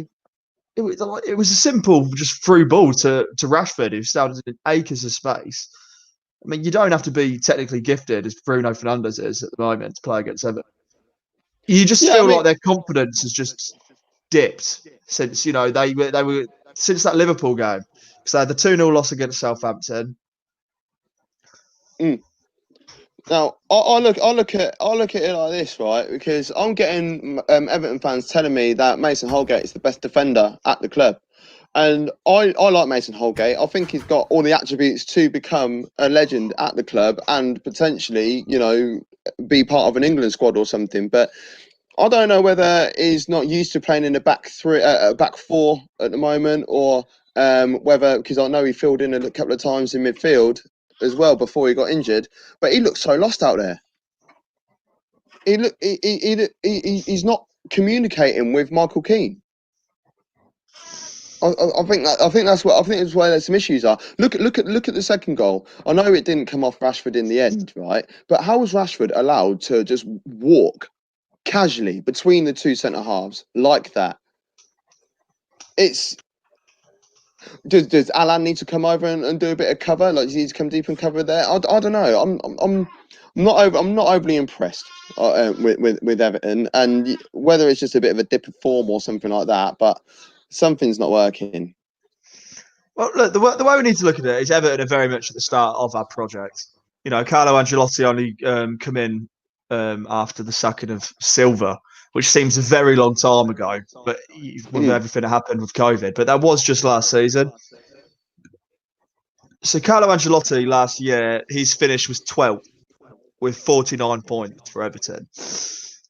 Yeah. You expect him to do significantly better than that this year. Like, regardless of what he does, you expect they'll be gunning for some form of European football. Yeah, and like the way they've started, I wouldn't be surprised if they were thinking about Champions League football and like looking at going forwards with that. I mean, like, this is a guy who is a born winner, and you know what, it's not against the realms of possibility of it happening as well.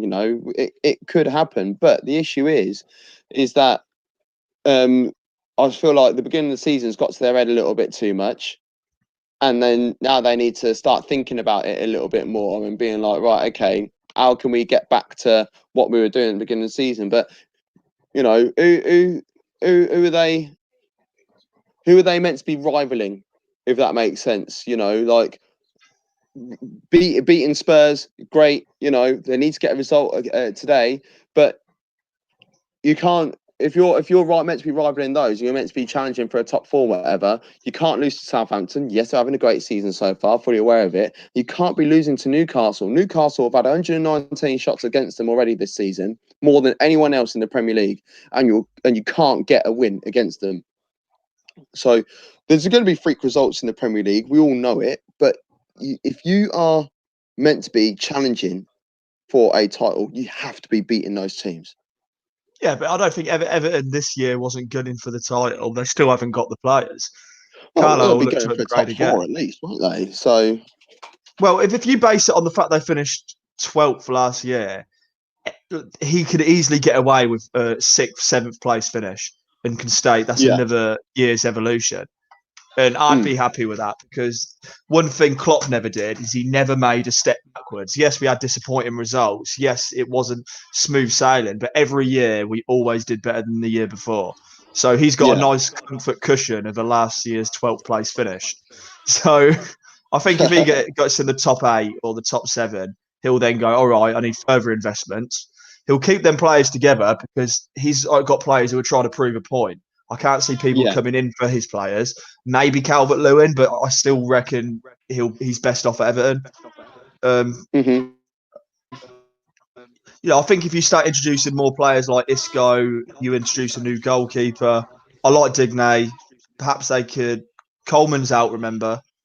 So Coleman provides a lot of assists for Everton. I think Everton will be fine. I think just the excitement of how they started has led people to see them better than what they actually are. Yeah. Because they could have easily lost to Liverpool. You know what I mean? They should have easily lost to Liverpool. And that would have left them in much further stead than they are now. So, I wouldn't be having wool pulled over your eyes. No, no, I agree with that. Now, let me. I've got the England squad here. I was gonna wait. I was gonna wait for Cotton to come Take back. this hoodie off. Think it's a bit savage not waiting for Cotton. So I'm gonna sort of wait.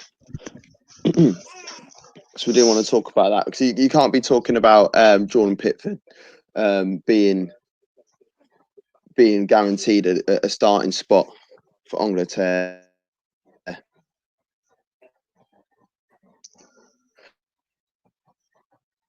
mean, I'm just having a look at the league table now, Gavin. It's so intriguing. I mean, yes, you've got Southampton at the top, who are proving they can win games without Danny Ings. Even when Danny Ings is in the side, they're still scoring goals. You got to take tremendous confidence in that. But you just look around it. You got Liverpool. Liverpool will always be Liverpool. Leicester City. Leicester City are the closest side to break into that top 6. Leicester City might make it a top 7. I think it already is a top 7. Have I lost you there, Gav?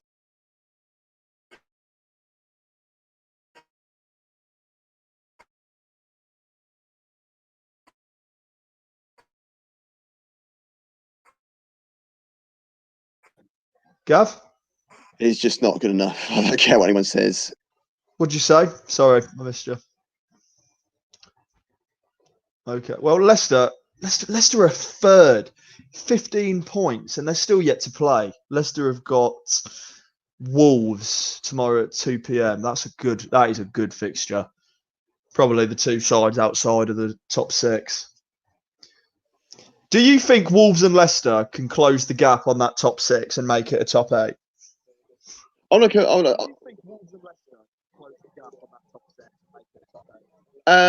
Yes. They've both, Leicester more so than Wolves. Yeah, because Leicester are richer and have even when they're picking up results, they're not looking like the Wolves that they were last season.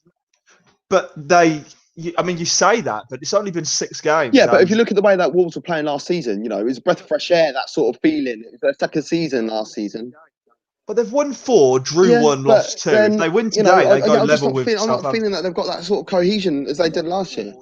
No, I understand that. They've lost a player like Jota, but it also could be the fact that their performances aren't convincing. And they're still winning. That's what yeah. Liverpool haven't been convincing. It's still Liverpool. Yeah. I get that. I mean, like, I'm really excited about Leicester this season. No, I am. I think Leicester and Tottenham will challenge Liverpool. Like tons of years at it. This is and we have to, in a way, you have to remember that it is only their 3rd season back, isn't it? Back in the league, Wolves. Their first season, consolidation, and say consolidation. That's what their target would have been at the beginning of the season. Next thing you know, they're playing European football. So who would have expected that? They thought that they got to the quarterfinals. Their chances of progressing. And to be fair, if it weren't for lockdown, they would have been all right last year. Well, who they get knocked out by? Inter Milan? And lost against a very good Sevilla side. A Sevilla side who went on to win the tournament overall in the end. So. But that sums it up. You've got to look at the players they've got. Semedo, they've got half the Portugal squad. Well, Sevilla went to go and win it. And then Leicester, even the way the club's run, they could easily be the top 7. Yeah, I think that's what I mean. I think Leicester. But it's just their style of play. They all play for each other, and now there's competition in the middle of the park as well because they didn't really have that before. It was always going to be and Didi Madison. Now Madison could barely get any game time when he's fit. And then they're playing different plays in different positions. They've got Cengiz Under as well. I wanted to wait for you to come back, Cotton. Where are we? So they've just said Fernandes is out for the season. He hasn't even come off, mate. That was too baited. You should have said he's out for a week or 2. Yeah, mate, it is absolute apocalypse. Apocalypse in the co-op already, man. What is it? People rushing? Yeah, man. People just wilding out. Can one of you boys click on that? Yeah, it's up now. What's up? What the English one? Oh, it's not Yeah. loading on my end. It's going to go up and down about 150 times probably for the amount of times I clicked. Is there not a way you can do it where? No, it's up. It's up. Yeah.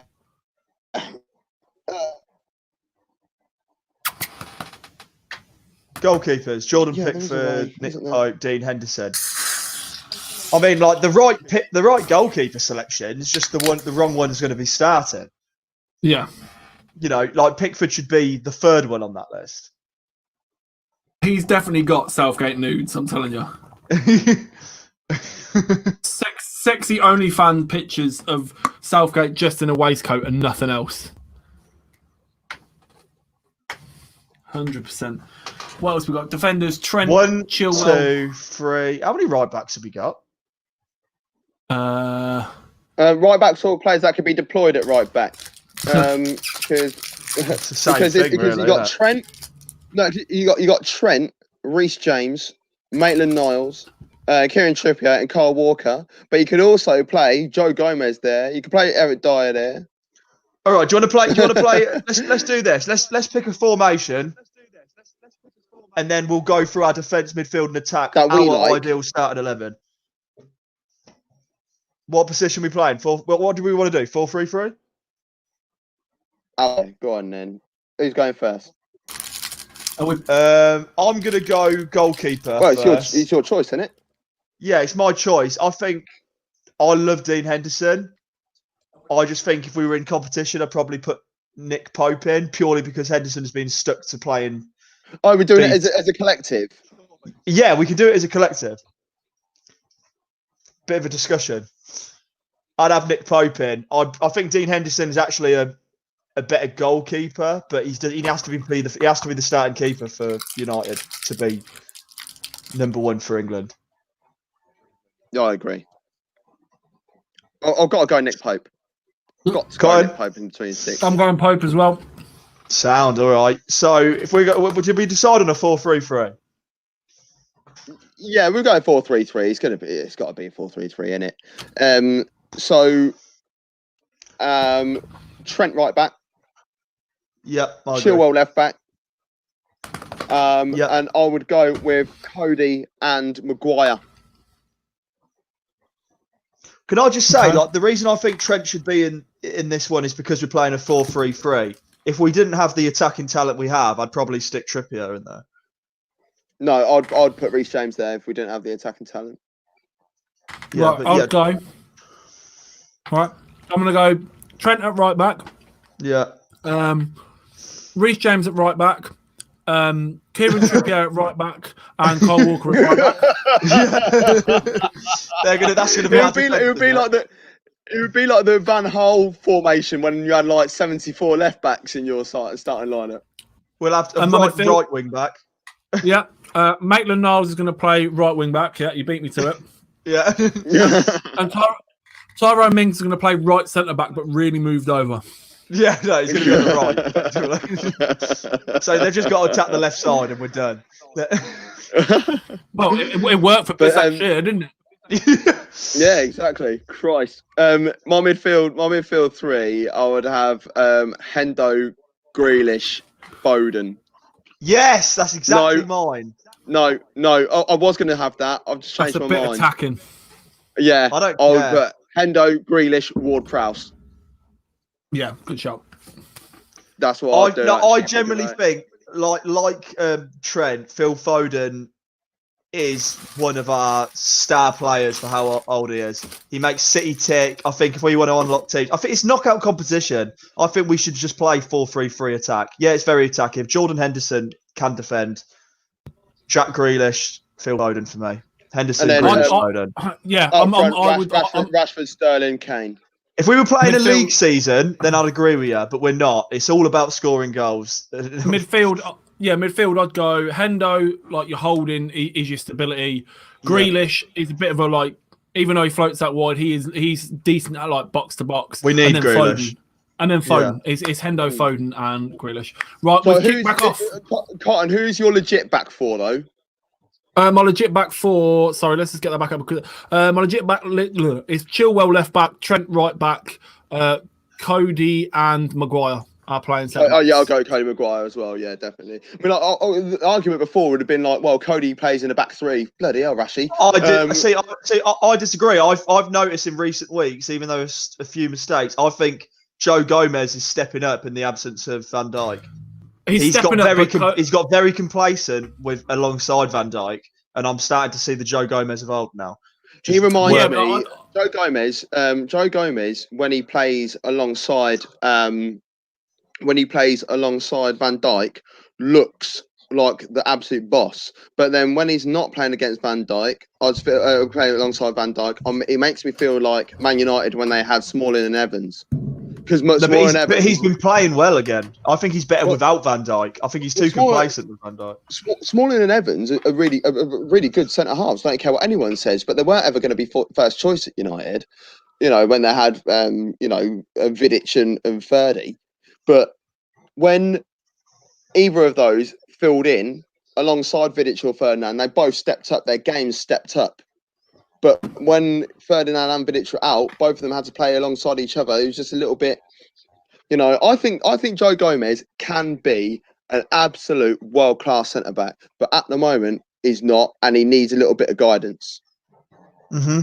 Yeah, I'd pick Cody in the England setup just for consistency and just stability, really. I really like Gomez. I really do like Gomez. He is prone to a mistake or two. And Ed, you literally said it yourself. If it was a season, I'm having Gomez. If it's a game on the big stage and you need everyone at 100% and you've got no room for mistakes, then I'm picking Cody over Gomez. Yeah, so I'd agree with that. But as long as we agree on Cody. Yeah, intriguing. Adam's gone with Sancho to start. Now, I watch a lot of Bundesliga football. Sancho is absolute G, he's world class. But every time he plays for England, he doesn't step up. Also, since the whole United saga, he hasn't stepped up. Well, I guess the eyes ain't on him either. And you got to remember the switch from Dortmund to England has got to be horrid. The Dortmund chief has actually said that United have unsettled him and United have ruined his form. Well, let's see if he's turns it over later on today, because we've got Die Klassiker this evening, haven't we? Bayern versus Dortmund. Yeah, well, you do understand it to an extent. He's not going to give a foul there, is he? He's not going to foul. He's giving the ball shoulder to shoulder. What? Smart centre forward play there, because that's not a foul. I mean, but that's just strength. Kick there. It's shoulder to shoulder, man. Shoulder. That's poor. That is actually shoulder to shoulder. That's There is poor. nothing wrong with that. What? Guaranteed goal from this. Guaranteed Poor goal. decision. I Who's thought our I'll referee check today? it, see who's on the line. Is it Mickey O? No, it's Tierney? No, it is. Paul Tierney. It is Tierney. Isn't it? I find it weird because Stuart Burt's on the line. He doesn't normally work in his team. Interesting. Yeah, it's Paul Tierney. All right, De Gea, spend your money. I definitely see this being on target. I think Sigurdsson's gonna. I'm going with it's between a cross and a shot, and it's neither. Yay! That was absolutely horrendous. I love the delay on that one, Cotton, by the way. Oh, that's good defending. Bruno. But I called it. I was literally how cute was he trying to be? How cute was he trying to be with that free kick? Just fucking get it in the danger zone as fast as possible. You could have took a shot from that angle. Look at Mob Boss Carlo. He is fuming. Right, honestly, that the super tennis what was is coming that? out. They took the free kick like they were 4-0 up. Right, here's a question for you, Ed. Almost following up on the question we've asked 3 times today, but in the opposite direction. If United beat Everton today, do people need to chill out on Solskjaer? I think people need to look. Here's the thing. I think it's still good for us to have the conversation afterwards, because if we have the conversation every time Man United lose, people think we're just hating on Solskjaer. And I think it's a multi-layered equation to why United are in deep trouble, and he's an aspect of that. It's multi-layered. You can't just go, let's take him out. Not all his Yeah, fault. exactly. What I'm worried about seeing What I'm worried about Yeah. seeing is Man United get rid of Ole Gunnar Solskjaer for whatever reason. They say like Man United, Everton go on and win this game today. Solskjaer gets sacked, and then Man United go on a 5-6 game run under a caretaker or a new manager, and not That's just what by we do, winning man. games, It's but what we winning games do. comfortably and looking like the Man United of old. And if that happens, then does that say something against the management of Solskjaer, or does that say about the attitude of the players? Look, you got to give Ole to the end of the year, I think, because you can't. Like, if you look at the end of the year and you go, Year or okay, season. last year he got second or third. This year he got sixth. Sorry, we gave you the time. We didn't jump on you at the start of the season. Now it's Are time you to go. saying end of the year or end of the season? End of the season, because you've got to judge it on domestic performances. Because it's nice you're in the Champions League. The Champions League lets you attract good players, but even you guys probably ain't thinking, "Oh, we're going to win the Champions League this year." No. Your priority should be rebuilding that squad by offering Champions League football, but trying to prove more domestically. And you're going backwards domestically prior to this game. So judge him on how he does in the league, and if he's outside the top 4, take him out. There was a little bit of action that happened while we were talking about Ollie. I'm going to sneeze. Guinness makes me sneeze. Yellow card for Bruno Fernandes. Bit harsh for a yellow. What? I thought it was a bit harsh. He's man, that's orange, hold on. That's horrible. That. No, I know why he's been booked, because he was warned. He was warned just before half time, weren't he? When he went in quite strongly. That's Score predictions for the rest of this game. What are you thinking? I'm thinking 3-1. I'm thinking it stays the same. I'm thinking 2-0.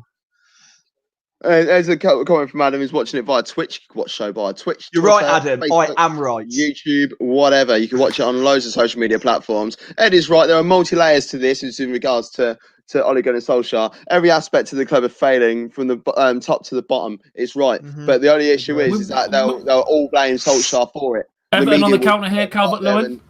Ball into the box. Maguire, just no prisoners. Gets that chunky fridge body in the way. Big old smeg. United on the break now.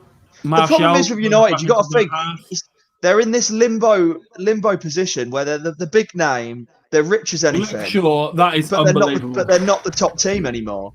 So you're not going to attract the world's best. All you can hope to do is find hidden gems, or you're just going to overpay. The name Man United should carry enough weight. I'm sorry, it really should. It still does. No, it still does. Mate, when we were in the Van Gaal, right, and then everyone was saying, Europa League, you won't attract star players and stuff. Mate, the next season we re-signed Pogba. We got Ibra. Like we still made signings. Like the wages are there. The offer of Premier League is there. Not even just that. We can even say to players now, look, we're obviously rebuilding this squad. Not only will we give you £300 a week. You can be the gem. We're going to build this rebuild around you, which could be. I mean, do not quote this, and I don't mean this as it's actually going to happen. This. Someone like Mbappe, you could say to someone like Mbappe, right? Fair enough. We finished third last year. We're not doing great this year, but you could literally be the future of this club. You could win us the league. You could win the Ballon d'Or here. We're willing to offer you $400,000 a week. Whatever, like that could sway him. It won't. That's not what I'm saying. I don't think it does. I'm in the opposite camp. I generally think players like that, like Haaland, he's already done his stepping stone in Dortmund. There's no way you'd now go from Salzburg, Dortmund to United. It would have gone Salzburg, United, Real Madrid. You're no longer the end destination for a player, because unless they grew up a Manchester United fan, unless you're just now one of the top teams not challenging. So they would have gone to Dortmund to progress their career. Might be it's a sideways step. No, unless they grew up a Man United fan, they don't care. They just want to win trophies because there's tons of big clubs now. There's tons of big clubs. You've seen the picture of Mbappe with all the posters of Rashford on his wall. He is a United fan. Oh, come on, give it out. What? I'm going to find that picture for everyone. Oh, fucking hell. Right, just a little side note about Man United. If Man United do go on and win this game today, they would have played a game less than Southampton, who are currently occupying the top spot, and will be 6 points behind. Yeah, the league's mad this season, though. 6 points off top spot. Yeah, but we said before this, when they were 1-0 down, if they lost 2-0 and Everton got a 1-0 win, and Fulham got a 1-0 win, Fulham would be above them. Yeah, exactly. It's all So over it the sums place. it up. It's all over the Hold on. place at the moment. But if you could be compared to top of the league Southampton and Fulham in one sentence, you're too inconsistent. Right. No, Hold on. it's just- Listen. Right. Here we go. You're trying to tell me that Mbappe isn't a Man United fan, then explain this. You had too much time on time. Explain this. You can't. You can't explain. Oh my God. Yeah. Christ. There we go. That you know that even though that's photoshopped, it still doesn't beat. It still doesn't beat that picture from last year's Champions League. Well, the year before when we knocked PSG out, and Rashford's just got his hand on his head, just like it's all right, mate. And it's just like oh. But yeah, Mbappe's a massive Marcus Rashford fan. Yeah. Marcus Rashford has actually scored more goals in the Parc des Princes in the Champions League in the last 2 years than Mbappe. Love it. Now that one is interesting. Oh, here comes the cavalry. You've really swayed me. I think I'm going to put the money in for Rashford now, not Mbappe. Yeah. Yes. I say, honestly, if Cavani comes on and bags, we're going out. We're not. Just throwing that one out there, people. We're not. Yeah, we're going outside for a walk. Catch us on Zoom later. Social distance walk with a few tinnies. Carter, be honest. What was you expecting going into the game? Because you must have been nervous about this one. I was expecting a really tough game. I wasn't expecting to win. I'm still not entirely sure. Like, we seem pretty comfortable defending. We seem pretty comfortable defending, and I've said that now. And as I've said, we seem pretty comfortable defending. We just got mugged off by about 5 players. But yeah, what I was going to say is we seem pretty comfortable defending, but it only takes one of these players with a defensive lapse, or like just to switch off for 2 minutes and they'll score. So, but this is you lot to a team, man. Like, did you just see then? Yes, granted, Everton missed the chance, but a better through ball then, and you would have been through on goal. Yeah, because you set up for the counter-attacking side. So look, Everton have more of the ball now, but you're not going to win a league like that. You can't win a league like that. Just sitting back against everyone. Leicester did. Well, Leicester did it. Yeah, Leicester did it with 4-4-2 as well, didn't they? Okay, can we all agree that the season, like as much as Leicester's thing was absolutely fantastic, the big hitters were all going through transition. Everyone just give it up. Like, you can't take anything away from it, but we all do know that. Like the big hitters were not the big hitters. It was Sanchez and Giroud stopped scoring. Sanchez and Giroud stopped scoring goals from February onwards. That's what stopped it. It's like Sanchez never started scoring goals again. Oh well, we had a good season following. Remember the year when Tottenham was in a 2-horse race and finished third? That's the same season. That's what I mean. And in the last game against Chelsea, in that game against Chelsea, when they realised they couldn't win the league, they just started kicking lumps out of literally anyone that moved. There was like 7 yellow cards in about 15 minutes. Yeah, but like Clattenburg got a load of flack for that. But Clattenburg, I thought he managed that game fantastically.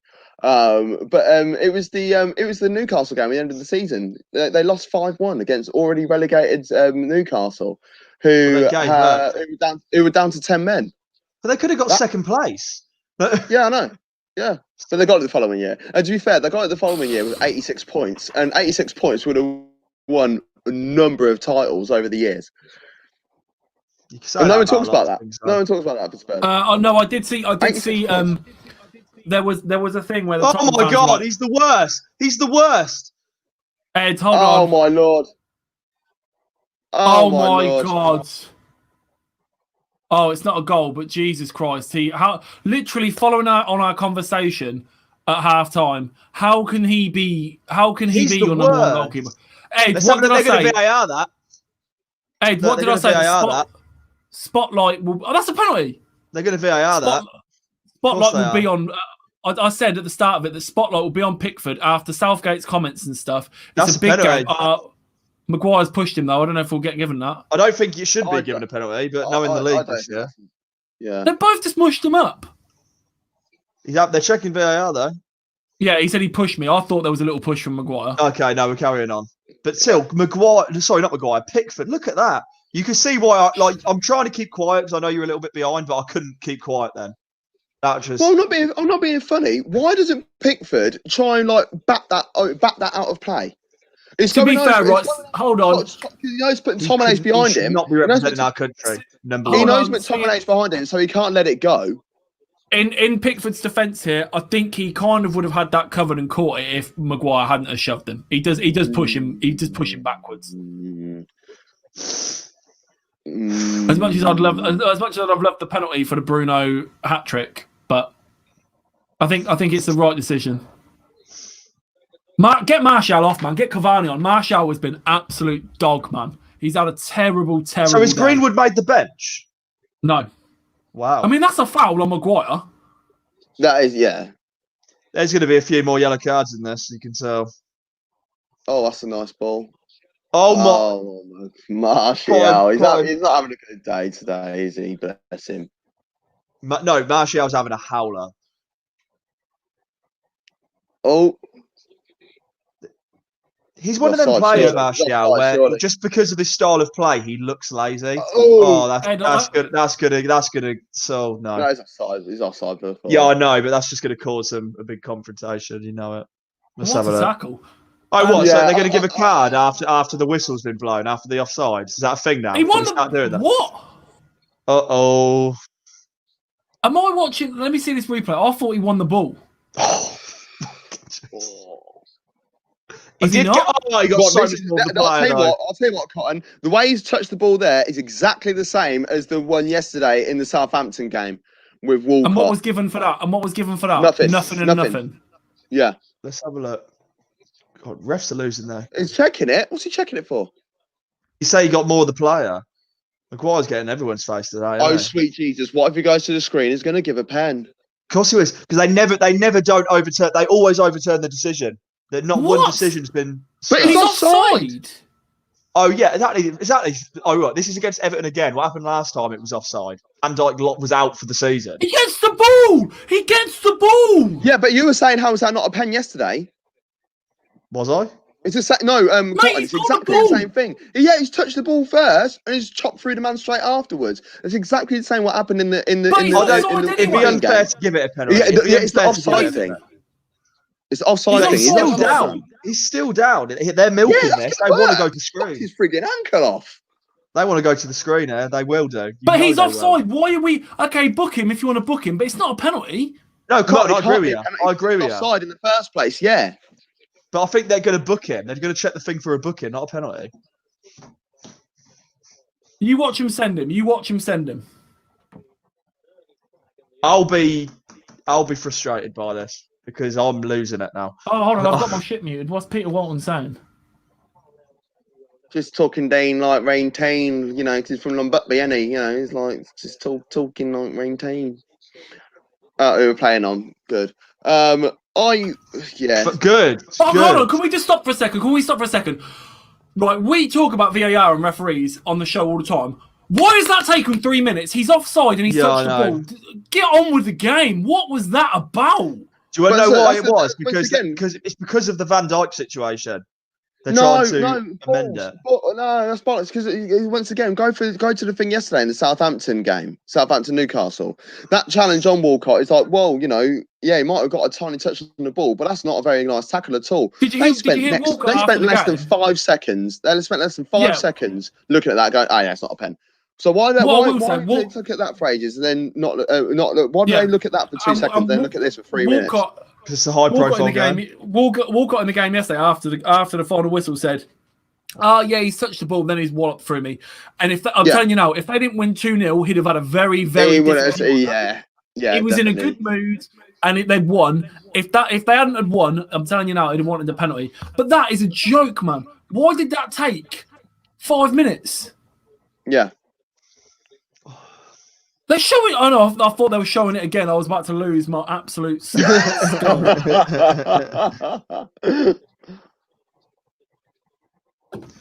You can see there's going to be more drama to this game. Yeah, I love that the Fernandes stroke Rashford goal is Fernandes' goal. Oh, God. I think Fernandes is still injured, and he's been booked. I'd get him off. I think I'd get him off. referee needs to get a bit of control on the game. Oh, here we go. The game's over, lads. Everton are winning it. Big name for big games. Exactly. That'll put salt in the old wounds. Because now you've said that. I would get Bruno off now. He looks a bit leggy. He's already on a yellow. The game's getting a bit naughty. What if he gets injured? Properly That's injured. what I mean. I'd get him off. That's a foul. Is that Bruno there? What's Maguire doing? Why were we waiting? That's Bruno with a silly foul there. Bruno's on a yellow card. Bruno needs to come off. You're right. He's having a conversation. He's got to have a conversation with him. And Did he kick out? I don't understand what Maguire had the ball and he looked like he wanted to play out of play. Like I don't understand what that was all about. Oh, it's a bit of 6 of one, half a dozen of the other there, isn't it?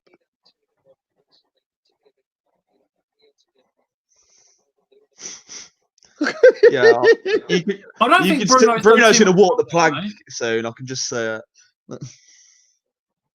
I don't really think Bruno's done too much wrong there. He's got No, he hasn't. He hasn't. Yeah, that's what I'm saying. 6 of 1.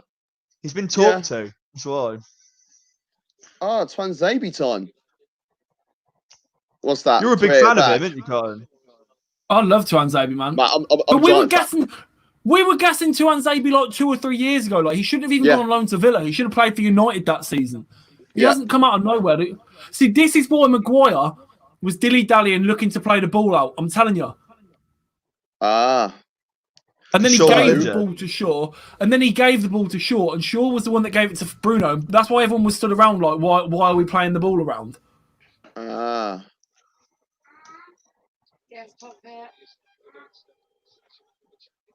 don't think they are, Steve McManaman. I think they're telling him to wait. I think they're sending him on.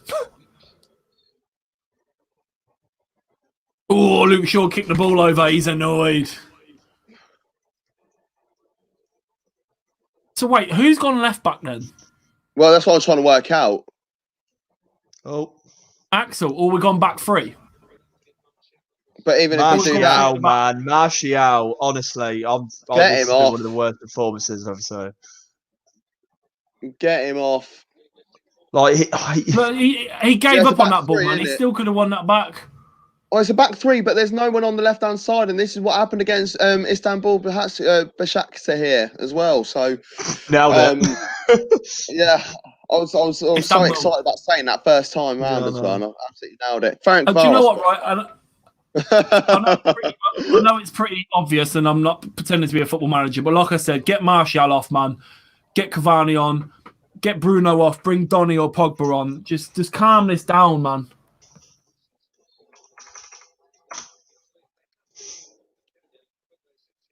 Yeah, look, he's making this Phil Neville lookalike. He's making notes of what I'm saying. I can't. What are you doing? Do not be playing it around the back like this, man. Tell you what, it's an enjoyable game to watch as a neutral because you just feel like something big's going to happen. Talk about neutral, because I was thinking about this when I was on the way back earlier on today.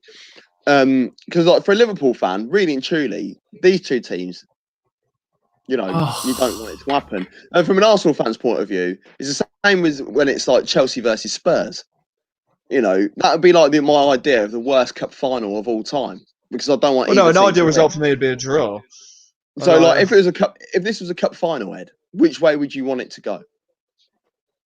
Everton. So you like Everton more? Hey. So you're an Everton. No, I said no because. all right, Jamie Carragher. Jamie Carragher over there. No. Everton aren't a threat as much at the moment. Everton aren't a threat, and Man United are in my face all the time. So, you know, Man United will be in my face about it. Cotton. Do you know what I mean? So it's like... I don't ever get any... Hold on. I don't know where this narrative comes from. I'm always overly nice about Liverpool. Cotton. It's not you. It's just your people have spoilt it for you over the years. I was going to say, I'm overly nice to Liverpool. Bruno, be careful, man. Please. That's all you need. Pogba to play. That was like, you know, mate. Anytime Wayne Rooney was on a yellow and we were losing or drawing, Rooney was always on a tear up, man. And every time he ran towards the ball, not even put a challenge in. When you see Rooney sprinting towards the ball, it was like no. Yeah. Yeah, it's like Skulls where he used to do that as well. It's like, don't dive in, don't dive in. Oh, he's already... I was hearing an interesting Harry Kane debate. They was having one of their debates on TalkSport where they tried to be very edgy with their things, and they were talking about Harry Kane and Wayne Rooney. Who's the best English striker? Lol. I mean, Wayne Rooney for the last 5 years of his career played attacking mid, so. But that's what I mean. They're talking about full package. As a full player, it's Rooney, man. As a full package, it's Rooney. Bruno! But as a striker. Bruno, my man. You need to get him off, He's man. got to go. He's going to go off now, surely. How's he not? That's a yellow card offence in itself. Yeah, anyway. we know No, that. he's won the ball. He's won the ball. No, admit it. That's a second yellow. He should be off the pitch, but just get him off now. You've missed the bullet. Just get him off. Yeah, he's been involved in two things. You wouldn't have complained too much if he got sent off then. No. Yeah, but of course not. Not with the warnings he's had. Get him off. Stay down, Bruno. Ollie's thinking, well, I'll get criticised for taking Bruno off and then we lose. James, get your hands off of him, man. You acted like Bruno's your child. He is, man. Oh, no. Baby. Oh. I thought that he was in more space there. Yeah, me too. Good old camera angles. We need the tactical cam. That's what we need. Oh, what a ball. Oof. Oof. Oof. Fred's a G, man. What a ball. Fred could score an own goal and cut on a go. Look at that. Look at that connection. No, Fred. Everyone gives Fred. I love Fred. He gets so much flack, man, and he's been such a good player the last 12, 14 months, man. I was fully jealous when Man United signed Fred. I really was, because he is sick. And that first season, he struggled to settle. He weren't finding himself, and it was hard work. But he's proved what he is and what he can do, what he's about. Here we go. Ooh. Mate, look at Vidic's and Evra's first seasons at the club. Pickford giving it the big one. Like, what are you lads playing at? I'm flawless. Watch me work it. I'm perfect. What we got here? Why is Mata playing 72 minutes against Everton? Why is Bruno still playing? I don't know. How are United not down to 10 men? No, surely if he takes Bruno off, brings Pogba on, and you draw or lose, that'll be the end of his job, man.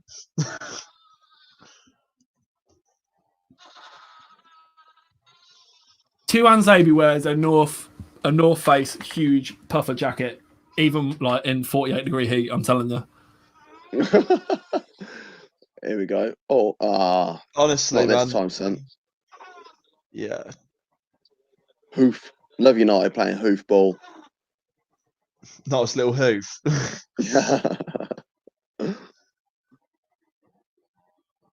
Don't think they've done it since 74 or something like that, have they? This is. I don't know. There was that game against Fulham where we broke the Premier League record for we had 87 crosses in a game or something. Yeah, wow. It's very easy to get through Everton at the moment. There we go. Oh man. Oh, you didn't want it landing at Mata. Woof. It's all right. It'll land to him in a second. There we go.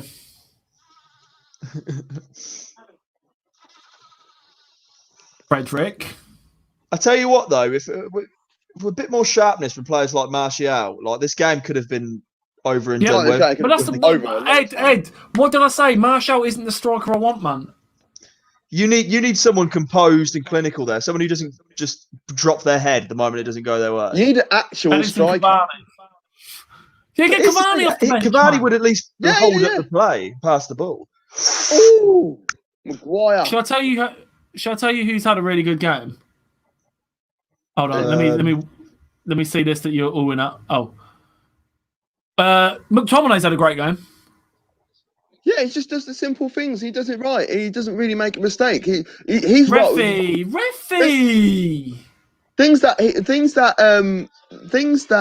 McTominay does are so underrated to go under the radar. Mate, Darren Fletcher. I remember United fans I used to tell my United fans from his debut onwards. I was like, Fletcher is one of your best players, mate, and Fletcher's sick. No, shit. Because this, that, and the other. Because this, that, and what? Explain to me why he ain't good. It's because he's underappreciated. Because his Roles name's like like that. Darinio Fletchekinov. Yeah, what I'm not being. Yeah, if you play in that role, it's a thankless task. No one thanks you for it, and he was doing that for years. That's why Carrick never used to get the love.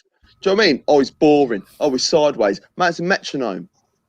I was about to say, if Fletcher was English, we might have actually won something having an actual defensive midfielder that At could the time, tackle yeah. and pass.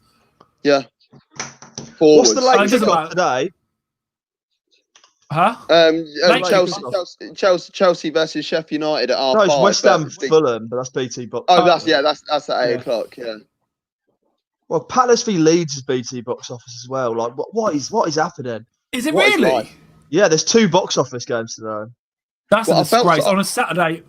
On a Saturday during lockdown, 3 o'clock. I feel sorry for Villa because Villa had to play on box office last week and on box office again this week. So, from a fan's point of view, I think that's really savage that your team is on 2 weeks in a row. Yeah, no, but get and this. It's cost you 30 quid, which is a month's tomorrow. Sky West Brom v Tottenham at 12 o'clock kickoff is Sky box office. Yeah. And last weekend of it, they got a milk. And Arsenal versus Villa again, obviously, is box office. That's what I mean. But Villa on Sunday. Villa were on box office. Villa were on box office last week, so they had to have 2 weeks on the spin of box office. I think that's really. Will you be paying for that, Gav? What, Arsenal Villa? Yeah, we'll pay for them all. I'm moaning about it. I know everyone's a bit cautious about saying this, but I can openly say this is so much of a disgrace. I will illegally stream it. I don't care. Yeah, I'll stream it. I don't care. Like, there's no way. If I've got the capabilities of watching things free, and I'm already paying for a service which sold me that I'd get all X, Y, Z games. Yeah, exactly. You can't just then say I've got to pay more. I don't have any issue paying for games, but the issue is that at 15 quid a pop, it's just too damn expensive. Gav, if you're an Aston Villa fan, yeah, and you already pay your Sky fee, then you've got to pay on top of that the BT. Sky Sports fee, right? BT as well. Yes. So you're spending. I've already paid for my season ticket, and I can't go to this game. Yeah, 30 to 45 quid a month to watch football, and now in the space of 2 weeks you spent 30 quid to watch your team play. Yeah, like almost. And they could have played 0-0. And I've just been put on furlough, and you know. Yeah, exactly. You know, the company I work for might be going under. You know, so it's just a number of different things that are involved. Like, hello. It's just a number of different things that are involved in it, and it's just yeah, I just think it just takes the piss, frankly. 1 second, I'll be back in a bit. All right, see ya. See you in a minute. Yeah, it's sad state of affairs, but it's not forever, and they're scrapping it as well, which is great. But then there's a lot of chat. It's like, oh, are they scrapping it? Because I heard that they're going to be scrapping it at the end of, like, so from the beginning of the at the end of the international window, we're going to be fine. We can just crack on with it. We're going to put on normal channels and stuff. But then I've heard another report that it's not going to happen until the new year, and it's like, whoa. But it makes you wonder what the people that make these decisions. Like, the people that make these decisions, there's no way they sat there and thought, do you know what? I reckon that during these hard times when people are hard up for money and they've already wasted money on their season tickets, I reckon these people would really appreciate us giving them the opportunity to watch a game from home on a subscription they've already paid for and charging them 15 quid for it. There's no way. They've tried to sell it the other way. It's like, look, we know you clubs aren't able to make any money from ticket sales and stuff. So what's a decent price that you should charge? You know, if your tickets for a game are 30 quid, 35, 40 quid, you know, what should we charge a fan to watch it? And they're like, well, I don't know, like 15 quid. They're like, yeah, all right. And it's like, well, there's not. Oh my god, you know things are going bad. They've brought on Iwobi, and now they're bringing on Cheng. Rodriguez had a quiet day, and I was bigging him up before the start of the game. He's had a quiet day. Watching bad, but you're not allowed to break now. Oh, Rashford. Cruising. Oh, I got turned over by Iwobi.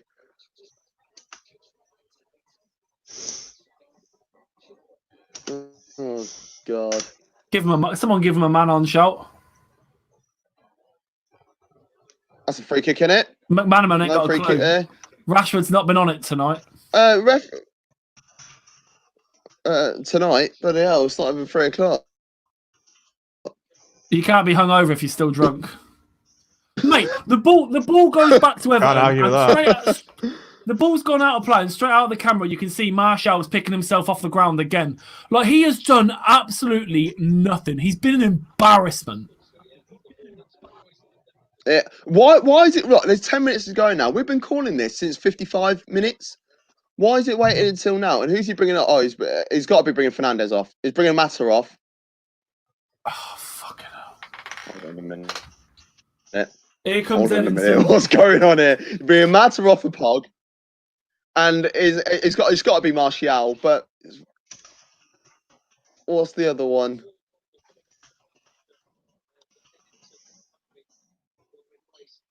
Yeah, Cavani for Martial. I understand that, but yeah, Fernandes he's been lucky to be on the pitch as a player and keeping it down to 11, keeping it to 11-11, but he should have been sent off. Excuse me. No, he shouldn't have been sent off. He should have received a second yellow. That's what I should say. Here he He hasn't is, done big anything to man, warrant a straight Cavani. red. I hate Cavani. Really? Tell me more. Mugged my team off, man. What, Palermo? He literally left Palermo in the dark, 2009. Yeah, honestly, you could do one. I hate him. Absolutely hate him. A bit unfair, don't you think? A player choosing to leave Palermo for, bigger stuff. We were actually on the move of doing bits at the time. How He went much to bottle Napoli have you when we were got to looking even be at that. advertising them games, man? There's Pogba straight on, being shit. Did the Premier League say they wanted to distance themselves from... That's a foul. Yeah, they did, yeah. No, BT and Sky They said did. they wanted to distance themselves from it. Has he got Come on, carded? Fred. Who's he giving it against? Fred. McTominay? Oh, No, Fred. That's... where's the foul? he's giving it to Fred. There's my guy Cavani in there doing his defensive duties. Top man.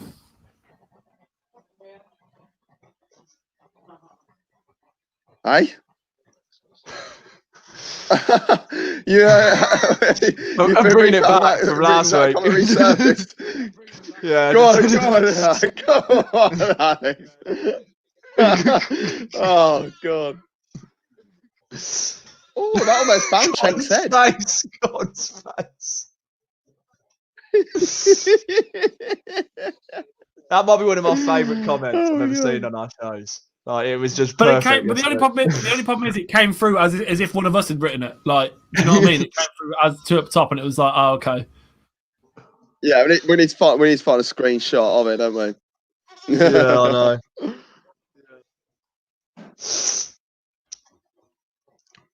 Yeah, Decore, you can let go of Fernandes' shirt now. The ball's out of play. How are you literally hugging him and then being like, ref, he's touched me?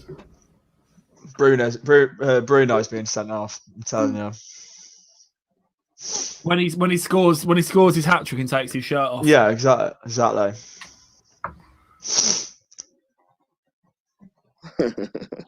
Would you risk the 2-1 win? What? Right, hold on. Can I just say? Go on. What is the point? Because he's just mentioned it. What is the point at this time in the season, right, of having a 2-week international break, and then when we come back, like they've just said, United have got 10 games in 4 weeks. You're going to get battered. Like, it's ridiculous. Plus, not to mention, there is a global pandemic. International football should not be There's a global pandemic. Why Yeah. are we flying around the world for friendlies? International football shouldn't be happening. Gav, you sounded like T-Pain then. And I would argue that He it's happening at the moment, like Champions League. That's because I am. Even though I love the fact that, Champions League football's on and that sort of stuff, I don't think that should be happening at the moment either. It should be just domestic football. Well, that's a pen. Ooh. No, it's not. No, it's not. Ooh. So Man United will probably get the win They're gonna against have a look Everton at and then that. lose to West Brom. They've got West Brom after Yeah. the break, which smells pretty Yes. trouble. Oh, is that it? Is that a card? Uh-oh. Yeah, for Cenk. Yeah, but it's, I think they've got to go they back are and have a looking look at at it. this. They I are think looking that's at a it, pen. apparently. Oh, no. Let's have a look. No way. No. Be nice for Cavani to get a goal, though. He wouldn't take it. It'd be Bruno. Oh, yeah. I think they both touched the ball, don't they? Is it like a little impact? You know, when you both kick the ball at the same time? Yeah, I mean, like Cavani would have to take He's gone 5 down very opportunities theatrically. to score the pen. Yeah. Oh, that's it. That's it. He's gone now. He's gone. Bruno's How's off the he pitch, not gone? surely. How's he not He gone? slipped. He slipped. He slipped. He slipped. I don't care. That's a foul. That's 3 fouls he's had since he's He been on a slipped. yellow. And all 3 of them Surely now make the cards. sub. Surely now make the Yeah, sub. because he's close to it. No, they can't. They've done it. It's done now, isn't it? You made all your subs. We've done 3 and we did it in 2 stages. No, that's it. No. You've got 3 substitutions. That's it. Yeah, we've changed, haven't we? It's European Champions League, football. isn't it? Champions League 5. Yeah. Yeah, everywhere apart from the Premier League because the Premier League wants Just don't to be let him near the different. ball. Tuan Zabi's been good since coming on, man. Yeah, but it causes more mistakes, and that's what people like. Yeah, he's looked good.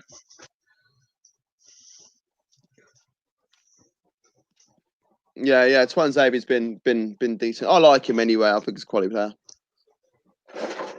Shame about the club. It's not his fault. You know what I mean? Tell you what, Gav needs new batsmen, man. Dog. Yeah, I know. If this, I tell you what, if this game's ends the way it does, it's a big win for United. After an awful week. Is right? No, I thought McTominay was playing like centre back in a back 3 then with Tuan Zabi left back. God, Tuan Zabi's high up, isn't he? That wouldn't be a bad shout. I think they are. Come on, another one. Another one. How many yellow cards has there been? I mean, that's a stonewall. Look at that replay. But takes him out.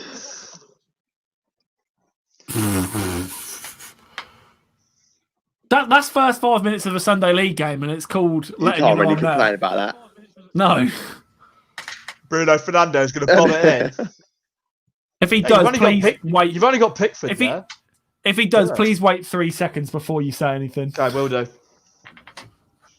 I'll mute myself. No, because then I'll know. I mean, we've put 2 players in the box. We've learnt our lessons from Basak Shir.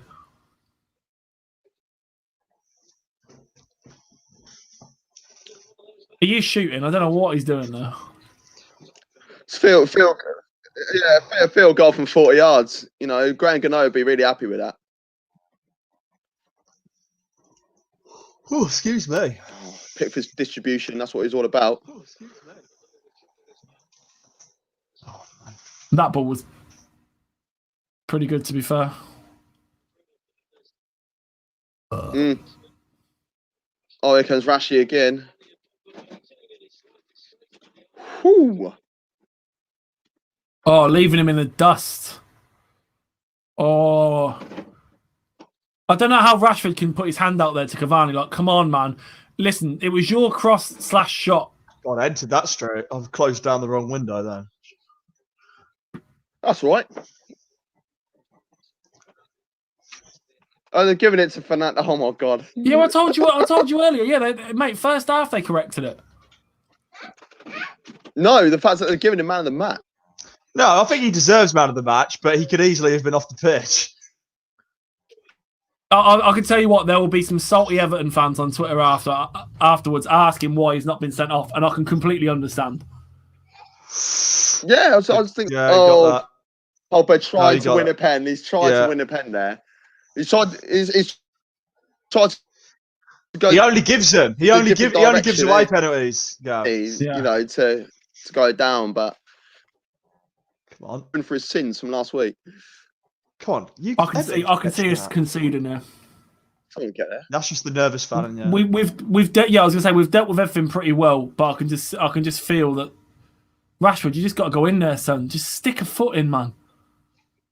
Get booked out on the sideline. It doesn't matter. Deal with it. Yes, Victor. You just got to stick all 11 men behind the ball right now and just grind out that win. That's what you need to do. That's the game plan. Yeah, but they royally shag it most of the time, don't they? Nah, they've got this. Ollie's saved his job for another week. Oh. Yes, Bruno. Yeah, you tell him. Yes, Bruno. Chip shot. Whoa. Oh, okay. That's why we're calling for the chip shop, is it? Yeah. Fair. I bet you were nervous when he ran him through then. Yeah. When I saw Bernard turn Fred like that, I thought, oh, for God's sake, no. Oh no. Yeah, I had a right panic as well, to be fair. Yeah, to be fair, we have made Everton look pretty bang average today, other than their opening goal, which again was our poor defending. I think this is the thing, right? As much as everyone rinses Solskjaer and it's a joke and it's a meme, right? Games like this, when he does get things right, we looked at that lineup and we said, "Wan Mata, look at that lineup. He's got it right, man. So he needs to be applauded when he does get it right." And I know that is his job and whatnot.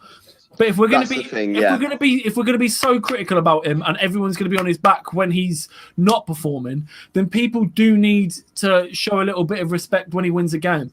Like I said before you two guys got here, I said, mate, we beat PSG in their own turf. We beat Leipzig 5-0. So we beat the semi-finalists and the finalists of last year's Champions League.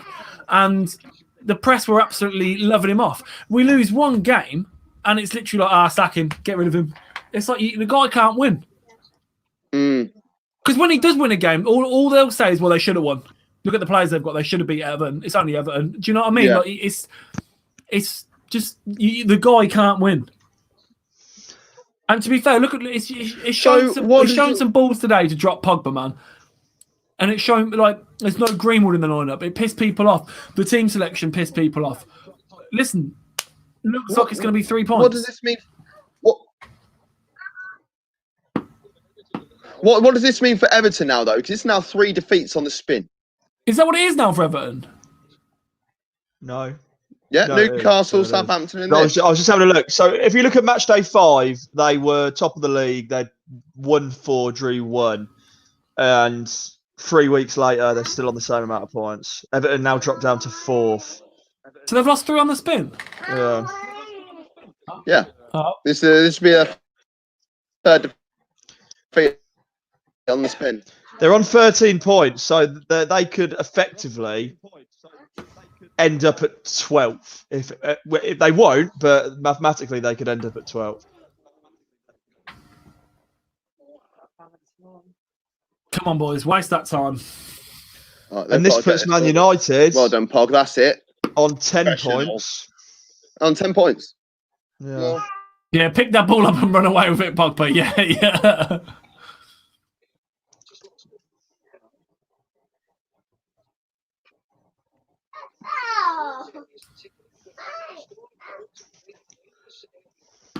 I mean, I don't know if it's a case of they've lost their way. I mean, it was an anomaly that Everton were top of the league anyway. Ed, don't do that to me. No, guys, man, please. Oh, here we go. Here we go. It's Cavani's first goal. 4-on-2. It's 4-on-2. Hey, and the game's over. Cavani gets his first goal for Manchester United. Don't say that. Sorry. Ah! Cavani! Said the game then at 3-1. Yeah, we'll clip that. I said the game. Come on! Pure goal. I I said the game went end 3-1. I'm never doing a watch along with you two without This is properly like this- thinking ever again. Great tackle there for Maguire. Bruno, 2 goals and an assist, man of the match. And we were talking earlier about clinical finishers. How about this for a clinical finish? In the bin. Game over. One chance, one goal. Yeah, innit? I was only saying earlier about how good his goal to shot conversion rate was and how clinical Is he he was. offside? No, he's not offside. If that gets chalked offside, that is horrendous. I hope that don't He's go miles VAR. on. He's miles on. No, he is miles on. He is miles on. Thank God they didn't even look at it. Brilliant. But The boy. there you go. That's a good win for Man United. You know, psychologically, that was a big I've been moment. holding this Wii for 30 seconds, 30 minutes. So let's be honest, Gav, we're disappointed, but hey. Shut up.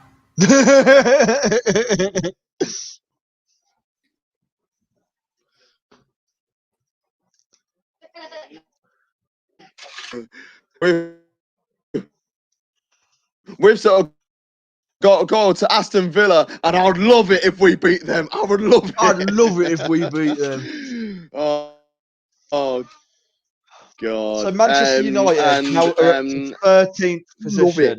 Absolutely love it. 10 points. So yeah, Everton in 5th now. Yeah, and could potentially end up in. Well, they could end up 10th. Arsenal have got Villa tomorrow. Sheffield United, you know, they've got Chelsea. Ollie will be buzzing with that. Did you hear that? This is better than the start. This is a better start than United had at the start of last season. So let's have a look at that table. Everton are blowing it. Any ground they made up has been eradicated. They've got the table up on screen. Yeah, I'll grab a fresh one and I'll put it in the. Hold on, give me 2 seconds and I'll put it in the group. In the stream. Give me 2 seconds.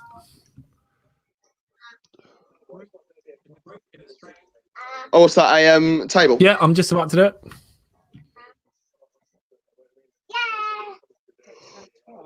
Yeah, I'm doing it. I'm doing it now. There's a way of doing it. I might be able to do it. What, the screen share? Oh no, hold on. Doesn't matter. Doesn't matter. I've got two. I've got my 2 monitors are up, so I screenshotted it and it screenshotted the wrong one. But I can do it now. I'm doing it now. There we go.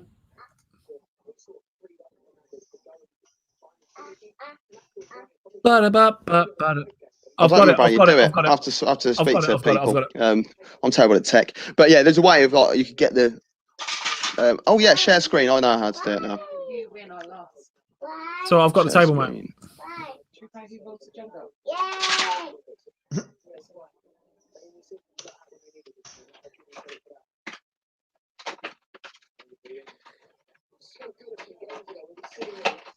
Right, so here, this is what the table looks like now. Here we Let's have a go. look. This leaves the table looking as such. We can't read that. That's too small, Wow. Stephen. Wow. We can't read that. That's too small, Stephen. You can share screen and hold go on. to desktop. Yeah, let's do that. Share screen. Select window. Oh, hold on. I can do this. I can do this because I can do this. Look. I can share screen number 2. There we go. Oh, that's a cool little. Oh, don't show that. We don't want to get in trouble for that. There we go. There's the table. There we go. So we've got Southampton still on top with 16 points after 8 games. Liverpool, 7 games, 16 points. Leicester and Tottenham on 15 and 14 respectively. So we're doing all right. Let's have a look. Let's see if we can view the Premier League table in full so we can see the actual thing.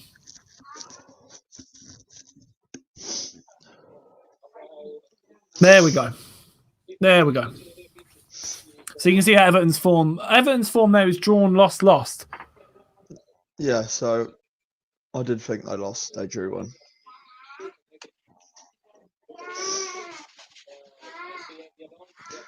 That still only bumps us up to 13th.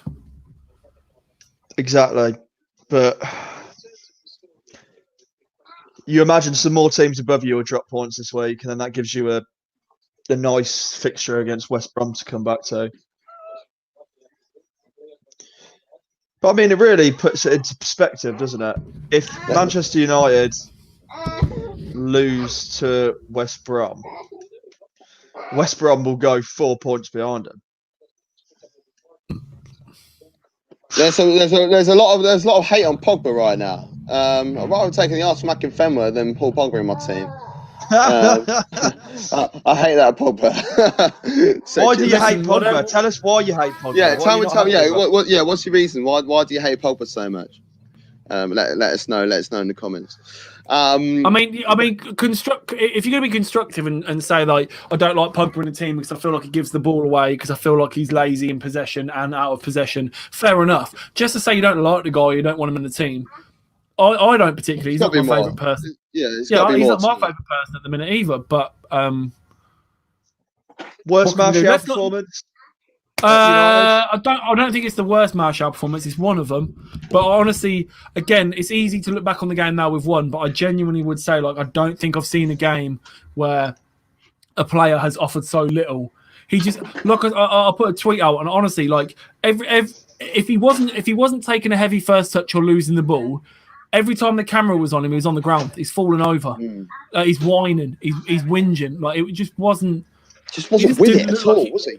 He just didn't look like he wanted to fight. He didn't look like he wanted to have a battle with anyone. He just wanted to just go down every 5 minutes. And because it was a tough game, he just didn't want it. Is the easiest way to put it, I suppose. I mean, let's not talk about Pogba. Let's talk about Bruno Fernandes and his effect on the game, which he had a massive effect on the game. Obviously, two goals and an assist in the end. No penalty. No penalty, exactly, because all he does is score penalties apparently, which is the dumbest thing I've ever heard. But listen, we all know that, like, if you watch European football and stuff, even before we signed for United, we knew that we were getting something special. It's just when those sort of players come from Portugal, you don't expect them to hit the ground running straight away in such a fast-paced, physical, demanding league as the Premier League. So the fact he's come in, has been able to do all those things. It doesn't matter whether he's scoring penalties. It's just his whole gameplay, everything he brings. He's such a leader on the pitch. He's the person that's out there effing and jeffing at everyone, pulling everyone together, trying to make things happen. When other players are just sort of like hiding behind a shell, almost, aren't they? Sorry, look at why don't we do this one instead? So yeah, all right. Oh yeah, that's the better one. Hold on, there we go. If you look at like Maguire's currently your captain at the moment, Man United's captain, and if you look at, for instance, the Tottenham game when you conceded, he's just looking around going like, what's the matter? But then Fernandes, anytime, he's the one that's orchestrating, he's the one that's chirping. Is there someone saying, you need to come here, you need to go here, you need to go and do that? That's the type of player that you want. You need to build a team of players with the same mentality as Fernandes. Yeah, like, you can already tell that. Obviously, he said when he came into the club, he was like literally Mr. Man United already, saying the right things, doing the right things. You can already see that he's already the one barking orders, and he wants more from the players. He obviously had that bust up with Solskjaer apparently, because during the Tottenham game, he went into the dressing room and said to everyone, "This isn't Manchester United's, like, this is how we should perform. This isn't the respect we should show to the club," sort of thing. So he's saying the right things, doing the right things, and I for one love it. Yeah, guys, as neutrals, what did you make of that game? What did you make of the United performance? Personally, other than the Bernard goal, I thought we dealt with everything. I thought we dealt with everything that came into the box was defended well. I honestly thought, other than me being a nervous fan watching it, I thought we had it under control. What do you think, Ed? I mean, I think you definitely deserved winners. I think perhaps you benefited from. I think perhaps the spotlight hasn't been on Everton as much due to the stature of the club in comparison to Man United. But I also think their heads have dropped a little bit in recent weeks. I think that because we know a few Everton fans, you look at the Blues Boys Network, you look at Toppy TV, that a few of Ancelotti's tactical setups have been quite questionable since having such a fantastic start to the league. So I think playing a slow-minded team like Everton have benefited you. But it's all about confidence, isn't it? I mean, you've now got that win. If you continue and get another win against West Brom, all of a sudden Ollie's bringing them in the right direction again. Your rival teams will continue to drop points. So it's exactly what you needed. It wasn't the greatest performance as a team, but you had some individual brilliance in there, i.e. Bruno Fernandes. What do you think, Gav? I think the international break has come at the perfect time for both teams because the form that Everton have been on, as I said before, this is now their third defeat on the spin. They need to have a reset ASAP. And Man United picking up a win so close to the international break after their run of form where they haven't been as great. They can then also go back to the drawing board and be like, right, okay, this is what we did here. How can we crack on for the next few weeks? Cotton, you alluded to 10 games in 4 weeks. That's a lot of games. That's just over 2 games a week that they've got to be focusing on. So the international break, I know there's going to be a lot of players that are going to be going out and playing some international football, but at the same time, I think just to reset, just to start all over again and be like, right, okay, our season starts now. I think it's a good result for Man United, and I think the break is going to be perfect for both teams. Everton haven't won since the last international break. They were top of the league going into the first international break, and then they haven't won a game since. Well, that's the thing. It's just like that. Yeah, it's like lockdown for Sheffield United and Leicester. When Sheffield United and Leicester were absolutely flying, you take a week or 2 or 4 months out, and that's it. If you're a team that runs on momentum and stuff, that's it. It stops it dead, doesn't it? I do want to say, we're obviously talking about Pogba and whatnot, and people's hatred of Pogba and Bruno. If Bruno didn't get 2 goals and an assist, I would not have any questions about giving that man of the match today to Fred. I thought Fred today was just everywhere, man. I thought not even just defensively, his passing, even if I know it's like he's doing his job, but even just key little 30-yard diagonal passes or 30-yard defense splitting passes that will bang on the money all the time. I thought Fred had an excellent game today. Adam, what was that comment from Adam? Where are we? What I learned today about Cavani. Cavani needs to start. I think it depends. I think it depends who you play against. Sometimes what United need, they need to have that fluidity up front, and on that depending on who the opposition are, you need to be going with Rashford, Martial, and Greenwood. You need that. The players moving around and stuff. You don't know who to track. But there are other games where you'll play where you need to have a focal point, and you need to have someone like a Cavani. No one else at Man United can lead the line. There isn't anyone that could be out there and be the ultimate out-and-out number 9 guy. The only person that can do that is Cavani. So a game like today was crying out for someone like Cavani. And I think that where I worry slightly about Solskjaer is that I feel that he picks up things tactically a bit too late. So I'm not saying you need to make changes 20 minutes into a game, but we were already picking out this ain't happening, that ain't happening, this ain't quite right, that ain't quite right, with 55, 56, 57 minutes on the clock. So at that stage, he could have gone in and been like, right, okay, this isn't working. We need to put whoever there, not necessarily the Cavani for Martial move, but it's just trying to mix it up a little bit, try and change the game. Every other manager will do that. So why isn't Solskjaer doing it? I think that might be a little bit of frustration as to why people are so annoyed with him.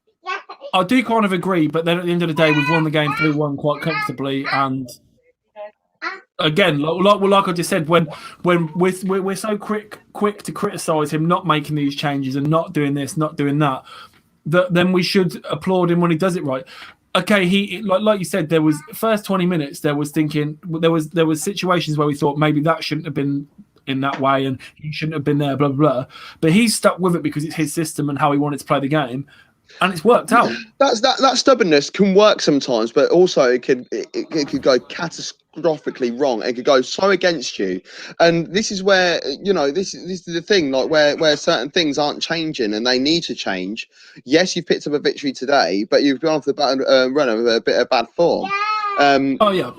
So if you hadn't won the game today, his mentality would have been exactly the same. He still wouldn't have made those changes until a certain amount of time. So it's just identifying when to make these changes. And I think that's what separates, like good managers from brilliant managers. Knowing at that point, right, okay, this is where, we need to probably move to 3 at the back here, or the midfield's being overrun slightly. So you don't necessarily have to make personnel changes, but you can make tactical changes mid-game. Yeah, we've got a comment there from Rachel. I'm assuming she's a Manchester United fan. She says, yes, get in. No, she's a Liverpool fan. Clearly, that is just loving the fact that Everton lost. Do you know what? It seems so strange for me, right? It's a Saturday. It's a nice day outside. What's even stranger is if we've got 3 points on a Saturday. I don't know what to do with the rest of my day now. I mean, I'm going to watch just copious amounts of football, but it's just, I've currently got the Leipzig-Freiburg game on, and Leipzig's kit, I really like the blue, but I don't understand why they've gone with the yellow socks. It looks horrible. No idea. Harry seems to love it. He does. He's wearing a crown. He's a bouse. Who is wearing a crown today is Ole Gunnar Solskjaer, because United have won. He's our Portuguese Magnifico. Yeah, right. Let's just have 2 minutes. I know everyone waxes lyrical about him every week, but Bruno again today, just absolute class, man. That's one. See? You won. Gav has seen something. Yeah, Freiburg almost took the lead against Leipzig, but he was called off for offside, and Hurler's a bit of a... I don't really rate him anyway. Bruno Fernandes is... Yeah, to be honest, I don't. It's just a bit of trolling as far as I'm concerned. The stick that he gets, because I don't think anyone could really criticise him as a player. Well, Genuinely, that's I believe where, it. that's where I mean it. But that's where the trolling comes in, man. Like, your common football fan doesn't like someone because they play for a rival club or because they play for someone else, sort of thing. That's it. That is literally it. And unfortunately, there's not that many people, believe it or not, that are actually just neutral football fans or football fans and can actually say, do you remember when you were at lower school or middle school or even upper school to an extent, and you're a Liverpool fan and you'd say Wayne Rooney's not any good. Oh, he plays for Man United. No, he's awful. Like an Arsenal fan, if you were 12 during like the United Arsenal rivalry, going, Van Nistelrooy, he's not even that good. All he does is score tap-ins. Do you know what I mean? And it's like, some people are in their 30s and they haven't moved past that mindset. And that is why you get awful clickbait journalism. It's not even winter and the Blue Knights are already sliding down the league. Let's all laugh at Everton. Neverton. Neverton. Sorry, I didn't see that. Neverton. Oh, let's not forget 3 weeks ago, they were top of the table. Yeah, They've got 1 point since then. And now that, no, I'm not. This isn't me praising them. And now they're down to 5th. As the other teams start to find their form, and as I said, if results go their way, they could end up as low as 12th at the end of this game week. If they're a team who runs on momentum, where are they going to get it from? This is what I'm saying about the break. They need this break now so they can press the restart button. Because if they don't come out the blocks in their next few games, then they're going to be finding themselves quite low down, and there's going to be a lot of change. I'm going to get the fixtures up while you. Hold on. I love this though. Just that we needed any reassurance. We gathered. We knew. Don't worry, water's wet. Now, I just want to run through the next few fixtures for Everton quickly. So after the international break, they've got Fulham away. Then they've got Leeds at home, Burnley away, Chelsea at home, Leicester away. So, and then Arsenal at home. So the next there's 3 points.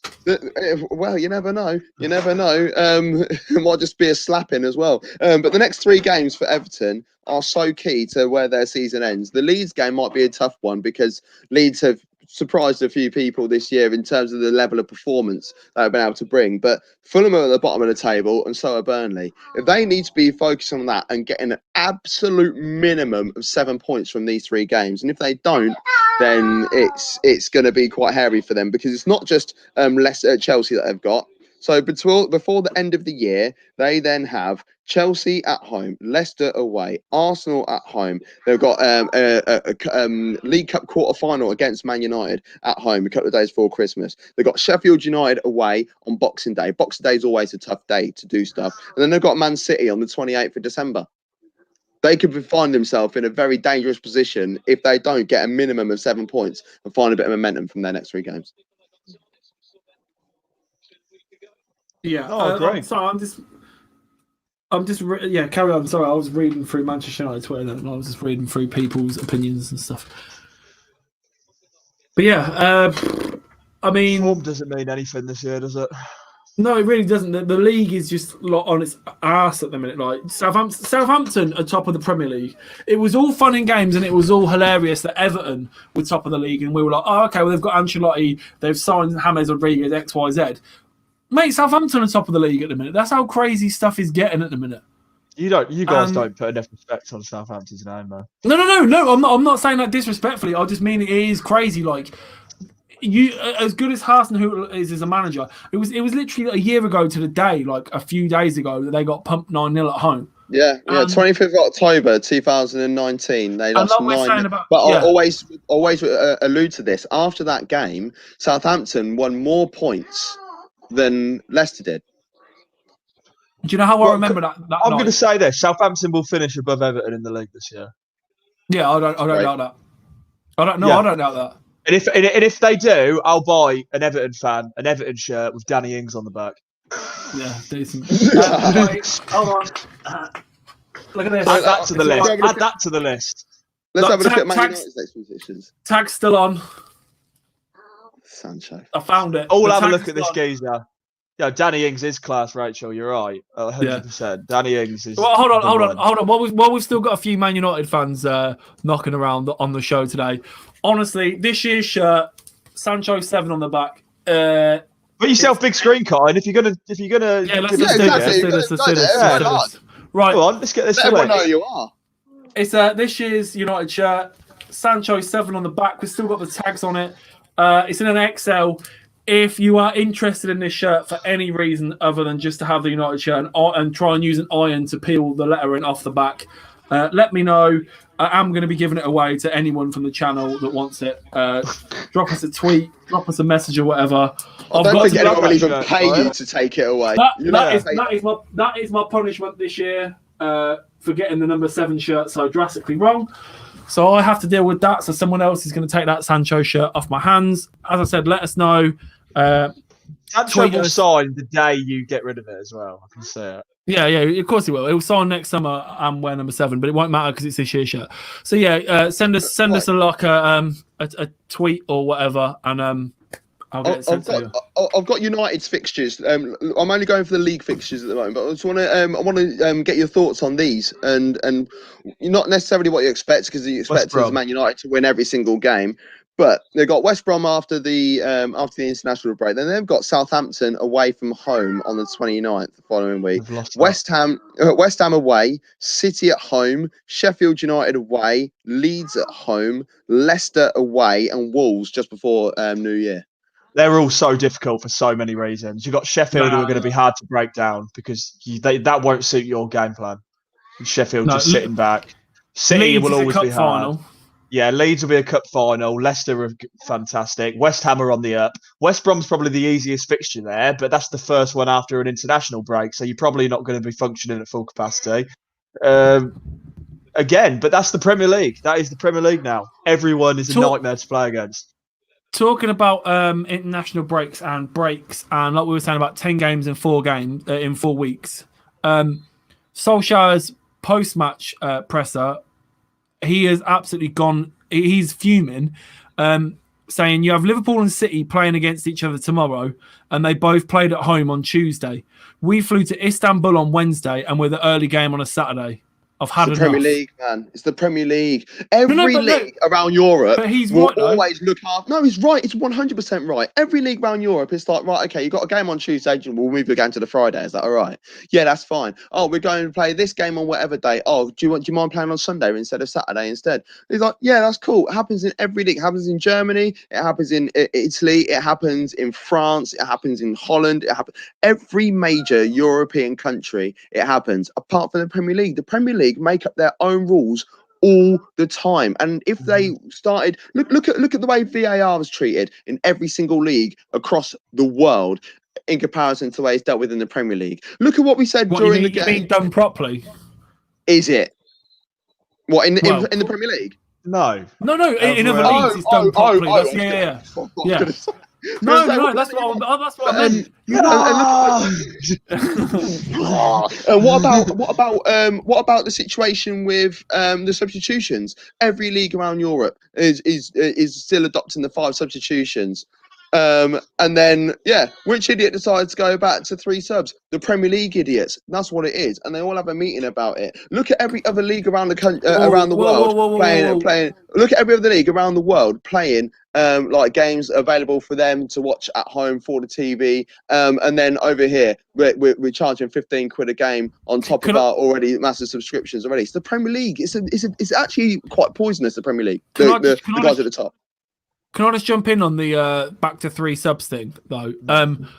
The 3 subs, I think it should have gone back to 3 subs. The 5 sub only helps the bigger teams. If it's United, Sheffield United, and you're going into the last 20 minutes and Sheffield United are holding their own, and they look at their bench, they've got nothing to bring on, and then we go, right, come on in, boys, we're going to make 5 subs in 3 goes or whatever it is, or whatever you're allowed to do. Here comes off the bench Greenwood, Cavani, Dan James, Cavani. It's ridiculous to bring on 5 subs, and you're only looking out for the teams with really decent squad depth. Five subs during lockdown was fine because players hadn't played for months. Everyone was lacking fitness and whatnot. Fair enough. So everyone we needed a little like the water, like the drinks breaks. We needed it to begin with. It was a drinks break initially, and then it turned into a tactical break. Like the gaffers were putting out there, on tactical boards and all that sort of stuff. It's a bit naughty. But I'm all for going back to 3 subs. I'm all for that. I don't know what you guys think about that, but I'm all for going back to 3 subs. I like the idea. I like the idea that it's 3 subs. But why is it only the Premier League that have stayed with the 3 subs, and every other league in the world is still adopting 5? That's what I mean. Anything that comes in, different. I like the fact it's different. That's actually a rule I could enjoy being spiced up for a little bit. It's just that's not game ruining for me. No, it's not. It's not. But it's just the fact that every league will do something in the Premier League. No, we ain't doing that. So I just think it's naughty. I think it's about time that the Premier League stops with that arrogance, if I like to call it that, in regards to football. I think that's what they... it is arrogance. We've got a comment there from Mantera. Manchester United, good game tonight, good game. Good game tonight, so I'm assuming wherever you've watched it, it is evening. We love ourselves some global fans here on 2 Up Top. Yeah, man, worldwide. For us, like I said, when I came on this morning at 12 o'clock, and I straight up said I'm so not used to Saturdays off, and I'll be at work at 12 o'clock, so I don't know why I was saying that it was morning, but I was literally like, good morning, or is it afternoon? Like I don't actually know anymore. I'm like 12 o'clock in the afternoon is very, very much the morning for me. That's an early start for me. So yeah. So is it more important to make it fair, or is it more important to prevent a literal injury to a player and more importantly a person? Professional footballers should be able to play 90 minutes a game. End of. If you're a professional, with the fixture congestion they've got, it's not necessarily 90 minutes. It's more about they could be playing 180 minutes, 7 days, and then 3 days later they've got another 90 minutes. As the season goes on, it does wear and tear on some players, especially young players who are probably going to shorten their career by starting every week. Okay, but the flip side of that, so United are playing Sheffield United, like I said, my example. Sheffield United haven't got European football. They don't need to worry about having 5 subs. We do, and we're the players. We're the team that will have the players that will get worn out and stuff. But then I still don't think that's fair that we get to make 5 changes to bring on superstar after superstar Like City. If City played someone like Fulham tomorrow, right? Who are Fulham bringing off the bench? Name me a player that's coming off the Fulham bench. Exactly. Scott Parker. Scott Parker. Yeah, exactly. sign up for the rest of the season. Name me 5 changes you can make off a City bench. Like you can bring Mahrez on, who doesn't always start. You can bring Jesus on, who doesn't always start. Like you can bring Ferran Torres on, who doesn't always start, apart from at the minute because everyone else is injured. You could bring Phil Foden off the bench. Like I understand that they've been playing so many games that have almost no break. Like I said about this with the preseason, I understand this, and I do understand this. But that is why you have squad depth, not to make 5 changes in the game, but to make the changes before the game. We should be worrying about teams like Sheffield United. I keep saying Sheffield United, but they've got such a thin squad. But because they're not in Europe, they don't play Sunday, Tuesday, Saturday, Wednesday. Do you know what I mean? They can play their 90 minutes and move on to the next week. I know that sounds like I'm trying to argue for having 5 subs, but I'm not. I just think it's unfair. It makes sense, doesn't it? It's I don't know. I think it was very important to have the 5 subs at the beginning of the season. It really, really was. At the beginning of the restart when they all came back, it was very important for that to happen. But now I think it's just a luxury that some teams were able to get away with. No, I think it's that luxury. A luxury, yeah. Yeah, it's a luxury rather than a given. So, yeah. Should we have a quick summary before we wrap this up? That's I think it'd be a good time to do it. So Everton took the lead after 19 minutes from some pretty substandard defending from United, which completely changed during the game. But ball over the top from it was Pickford, wasn't it? Big old kick from Pickford. Lindelof's lost out from a header to Calvert-Lewin, which I'm not surprised because he is an absolute beast in the air. I think it was Alex that said the other week that he jumps like Ronaldo. He really does. He really does. Calvert-Lewin wins the header, falls to Bernard.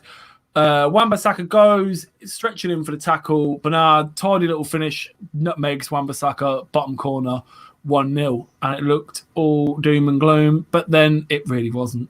Bruno Fernandes scored a wonderful header after Luke Shaw put an actual decent ball in from the left flank for once. Fernandes he just steamed in between Keane and Holgate. They didn't even know he was there. Great header. And then Fernandes scored we didn't think he'd scored again, did we? Fernandes stuck a crossing from edge of the box, corner apex of the box. And it looked like Rashford had flicked it on. I even said, that's a lovely little flick. Replays show it didn't touch a hair on his head. And then in the 95th minute, just like we've learned our lessons from Başakşehir in the week. Everton went up for a corner. They're pushing for the equaliser. Massive counter-attack. It's Bruno and Cavani against Pickford. Bruno plays the pass. Cavani scores his first goal for Manchester United. Very well deserved victory for Man United, have to say that. And I really hope that we actually start to see Man United again, because it might be funny watching them down the bottom end of the table, but it's not for a non-Man United fan, but it's not right, let's be honest. Man United are meant to be in the top 6, they're meant to be in the top 4, they're meant to be challenging for titles. So I really hope this is a turnaround for Man United and make sure this is the most exciting league in the world, as we've spoken about many times before. Yeah, 100%. We want to see. It's one of those things. We want to see the best players playing the best football, and like, unfortunately, 9 times out of 10, it doesn't happen for my club anymore. I have to watch the best players playing the best football elsewhere. But that's what we want. We do want to see the best football as a football fan. Indeed, Ed. I'll tell you what, I've been quite impressed by the response by Man United today. I think from a narrative perspective, this looked like the final nail in the coffin for Solskjaer's career, rightly or wrongly. I think it just adds to this narrative. If Solskjaer clearly believes he's the man to bring them forward, bring them out of this rut, the board will make it incredibly difficult for him to actually achieve that goal. But he's bought himself some more time. He goes into an international break. I mean, he won't have all his players with him, naturally, as they'll all be flying off to different locations. Whether that's the right thing or not, we've all discussed.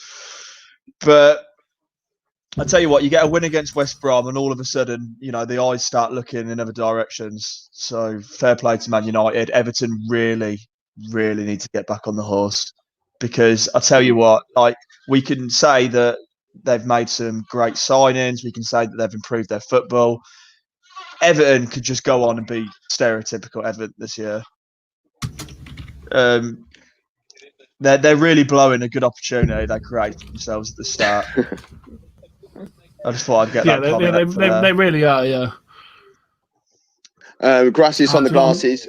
But before we go as well, I just want to say we are back tomorrow, 9:15 in the evening, live on Facebook, Twitter, YouTube, Periscope, Twitch, YouTube. I've already said, and across Facebook, all that sort of jazz and jazz. All of them. Everything that's happened over the weekend. So yeah, and just at Top Football to find us. Put Top into Google, our name comes up first, which is always fantastic to know. We hit 1,000 Instagram followers. Oh we finally did it. We have 1,000 Instagram followers. Instagram's popping. Follow our YouTube channel, man, because we're about to hit 700 subscribers on there. I'm going to be selfish for a second. Hold on, real quick. Oh, it's all about cotton. No, it's not about cotton. It's about this big. This is Malro. We just want to introduce this little mother. New edition of Turks Up. The biggest man, yeah. Just wanted to say hello. So if you're ever watching and you wonder why there is like a mountain lion on my lap, it's this guy. But yeah. Also, I just want to say a massive thank you. We've had so many watchers and so many people reacting to the stream today and commenting, and we do this for you guys. We want your interaction. We do it to speak to the. Yeah, exactly. We do it to speak to the. I don't want to say fans, to the viewers. This is what it's all about. This is why we love doing what we do. Yeah, we've gained 70 followers on Facebook today, and it doesn't matter where they come from, as long as they're interacting with the game and telling us what they think. Because there's a lot of opinions in football, and we're not all right. We all give up our free time, and we actually pay to run everything that we do. We don't get paid for it. So the fact that we are getting that support from everybody is definitely we don't get paid for it. What? Yeah. What? Whoa. Right. Yeah, I don't. It's the other ones that I was talking about.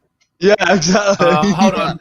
Right, I'm taking back all my graphics. Let me get rid of all of this. Exactly. Packing up the suitcase. Let me get rid of all of this. I'm taking the graphics. Catch your shoe. No, you won't. No, you won't, Adam, because we thought we were getting paid. Bye. Right, that's it. Get rid of everything. Yeah. But make sure you like, share, subscribe, everything that we do. It's very well appreciated. You can, if you can't watch the show, you can listen to us on Spotify, Apple Music, Google Play, Caster, Breaker, you name it, on that front as well, and the RSS feed, www.anchor.fm/TUTF. Oh, and I do want to say, last week we were, what were we, top? We were at one point top 60 sports podcasts on Spotify, I believe. So yeah. No, on Apple Music, we actually did it. Okay, we made Apple. We were amongst the big podcasts. It was nice. We were. And again, we couldn't do that without you guys, so we really appreciate it. Yeah, that's it. Thank you very much, everybody. All right. Yeah, peace. We'll see you later.